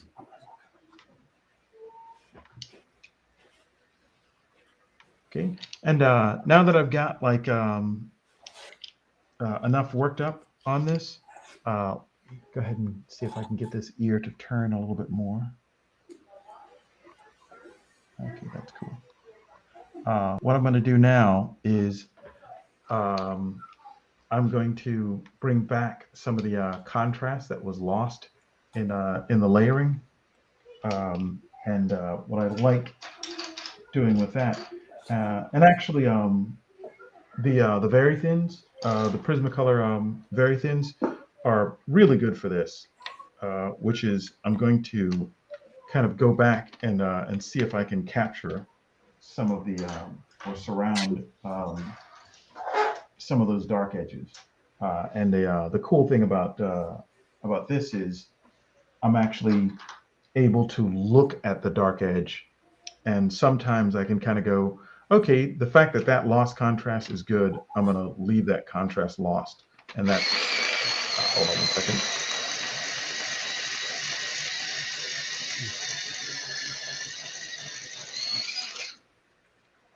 You know, the fact that that contrast is lost is a good thing, especially if I'm doing a portrait where you can see both eyes. A lot of times what I'll do is I'll leave one eye alone and actually not kind of like mess with it at all. But then I'll bring up the contrast in the other eye, and that's just kind of a trick I learned, because I think you generally don't tend to look in both a person's eyes at the same time. So I like one eye being a little bit stronger and the other eye being a little bit like less dominant. That makes a lot of sense.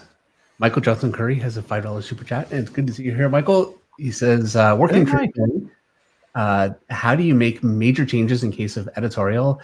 For example, you drew the wrong costume, or the client wants a complete background change. Oh man, that's I am not the person to talk to about stuff like that. Really, what it comes down to is a lot of that stuff needs to be handled in the early stages. A lot of that stuff needs to be especially if you're doing a painting. What you ultimately want is you want the editor or the art director to work with comps, and you want your comps to solve all the big problems. And if you're solving all the big problems with the comps, then that never happens. You literally never get to the point where you have to make uh, a massive change, especially on a painting, because something like that is really a catastrophic failure. So what you want to do is you want to make sure that there is a comping stage and everything's been approved before you go to the next stage. The terrible thing about it is if there is a catastrophic failure, if if something has completely fallen apart and you do have to go back to square one, um, the first thing you have to do is hope that you're watching working digital. The second thing that you have to do is just accept that you've got to go back to square one and make sure that you've told the art director that you're going to get paid for any changes that are approved. You know, like if you have a change and the change and you produced a comp and that comp gets approved, if then they come back to you and say, yeah, we'd like to change that approved comp, you should, to a certain extent, get paid for the piece over again, Oh because yes, I that's think a any change reputable that's company, beyond your power. any reputable company, I think would do that. I have changes, not often, but it certainly happens. But my layouts tend to be fairly loose, so uh, I bring it on myself. It's Yeah. things like I forgot a costume or something, and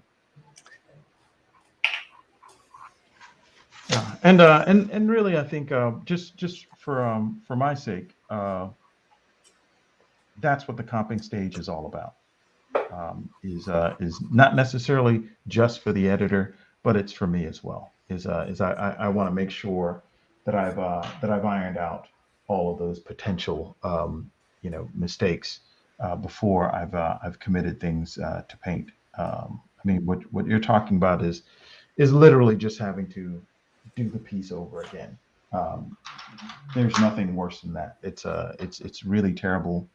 That does happen from time to time. There's no way you can avoid it sometimes, but I think if it's your fault, then I laugh at you. But if it's the editor's fault, you need to definitely make sure that you get paid again for having to kind of clean up their mistake.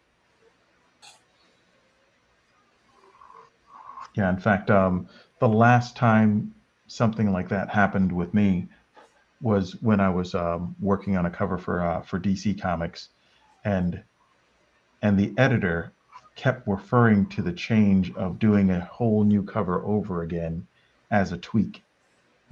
You know, he kept saying, "Well, can't you tweak it? Well, when are you going to be finished with those tweaks?" But it wasn't a tweak; it was me doing the cover over again. And what I ended up doing was I ended up quitting the job because the editor kept thinking that this was a tweak and not an entirely new illustration. now were his So I tweaks, just were they story based or were they just his arbitrary taste? Hmm. There were arbitrary tastes Yeah. where, like, he approved a sketch, and then I did the pen and ink, and then he approved the pen and ink, and then I did the colors, and he said, "Hey, can we move these figures around?" Wow. And I was just like, "Okay, that's it. I'm out. We're Yes. done here." So that's really, I think, in my opinion, the best way to handle that. Maybe it's not a good idea to do that on your first job, but definitely um, there's a certain level of, I think, professionalism that's kind of expected. It's in my experience pretty rare. You get an editor that really doesn't know what they're doing and then starts asking for changes just because Yeah. they feel like it's their job. And I've seen it, but it's pretty rare. Yeah. You don't really see that a lot.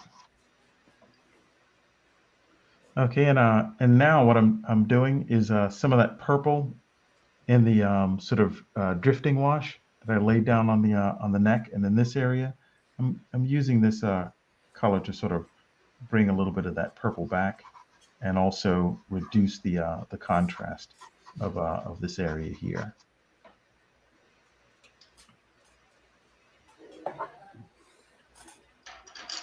Okay, and now what I'm going to do is absolute details.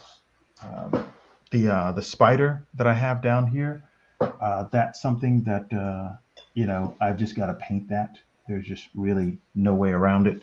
And what that's going to require is kind of a detail brush. So I've got like a nice little quill here, and I'm also going to use the same brush to do some of the actual highlights that I want to put on this. This will really be the first time in the entire picture that you're using a very small brush. Yeah, yeah. Well, the cool thing about it is the 12 brush that I use. Generally, the only time I use a smaller brush is to sign my signature, and that's really it. I think I can do like most of the work with the big brush. And I've done whole pictures with the the little what do they call it? Rigger, Oh my God. I've done the whole thing. Oh man, that would kill me. Yeah. But that's got to be satisfying. No, it was actually, yeah, in some ways, sure, but the minute you get comfortable enough to try a bigger brush, you never go back. Yeah.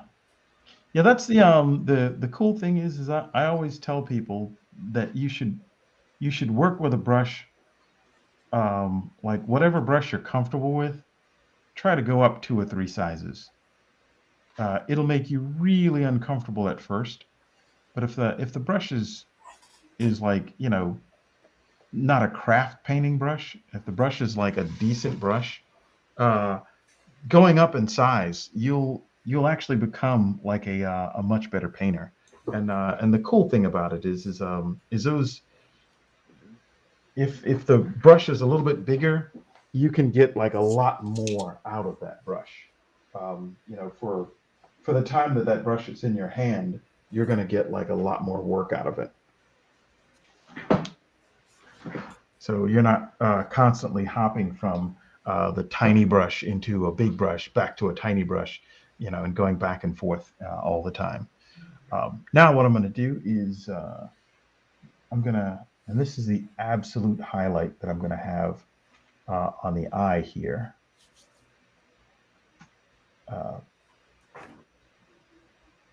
So I'm going to have the highlight on the eye, which I'm going to do in white with my little tiny brush. Right. Run over and grab I'm also going to have, I'm going to lay down a little bit of white, and that white is going to be the green that I'm going to put in her eye. But I don't want to just jump in and go with green, because that green isn't going to be bright enough for what I want for the subject. So what I'm going to do is I'm going to actually lay down some white first, and then put that green on top of that white. So that way I can get like just the highest contrast, and for that green to really jump out of there. And what I'm doing now is I'm kind of like dulling the white down just a little bit, so this is not really a white, it's a very light flesh tone. And I can use that to kind of really pop those highest highlights, sort of on our nose and on our lips. So I know it's not absolute white, it's close, but it's a little bit off. Now I'm going to go down even a little bit darker, and drop that highlight down.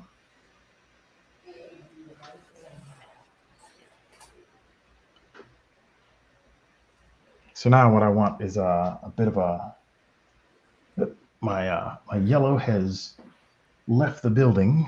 So now I want to go with like a slightly limey green for the actual color in her eye.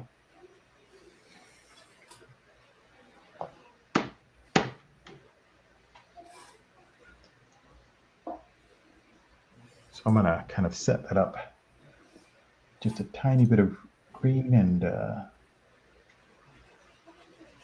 little more lime in it than that there. So this color here is semi-transparent. So if I just put this down by itself, I don't know if you can see that, but when I move over that purple, you can still see that purple under there. So this is it's not a completely opaque color. It's a semi-transparent color. But I want the green in her eyes to really pop out. So that's why I put the white down first, is I know that I'm going to get absolute opaque, like bright green with that.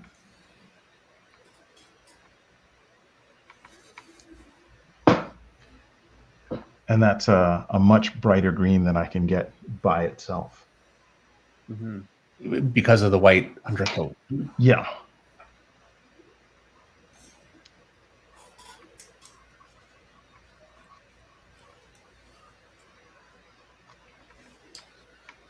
And now that that's in there, I can kind of go through and see if there's any places where I need things kind of beefed up a little bit more.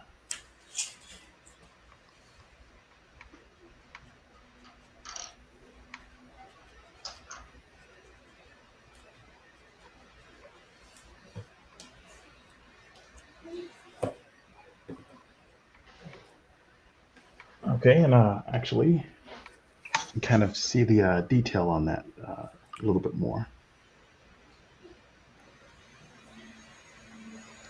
Mr. Alonzo Washington sent a super chat for $5. I'm assuming that's his message below. I've been following Brian's career since Cyclops. Thank you, Dave. Whoa! Thank you, David, for this presentation. Man, no. What year was I Cyclops? am actually bleeding from that deep cut. Cyclops is that's a long time. Is that 5? I can't remember. Yeah, I mean that's the cool thing. I wasn't following my career at Cyclops. So good on you, my man.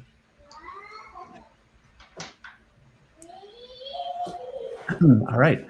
But it was really because when I did Cyclops, I was a commercial illustrator. But I was a commercial illustrator who was dying to become a comic book artist. And what was really awesome was getting the go ahead to do that job.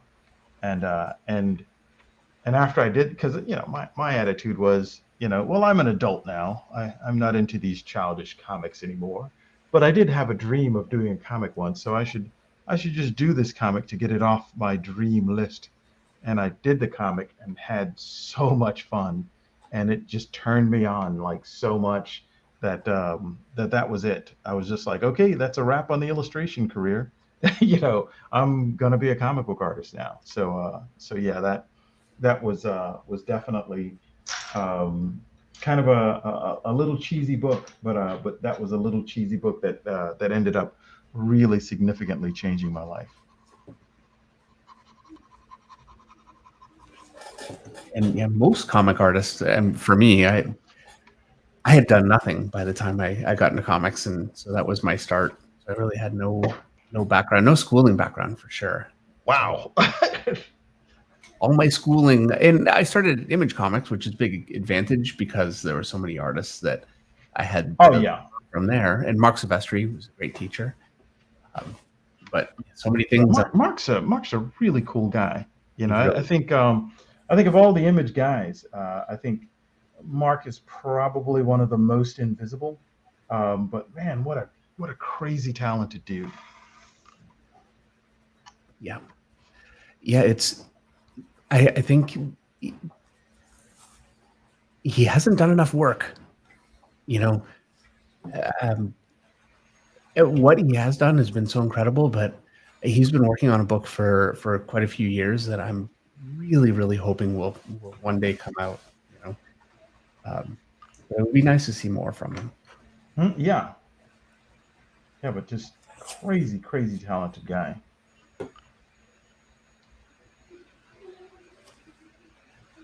All right, I'm signing mine too for what it's worth.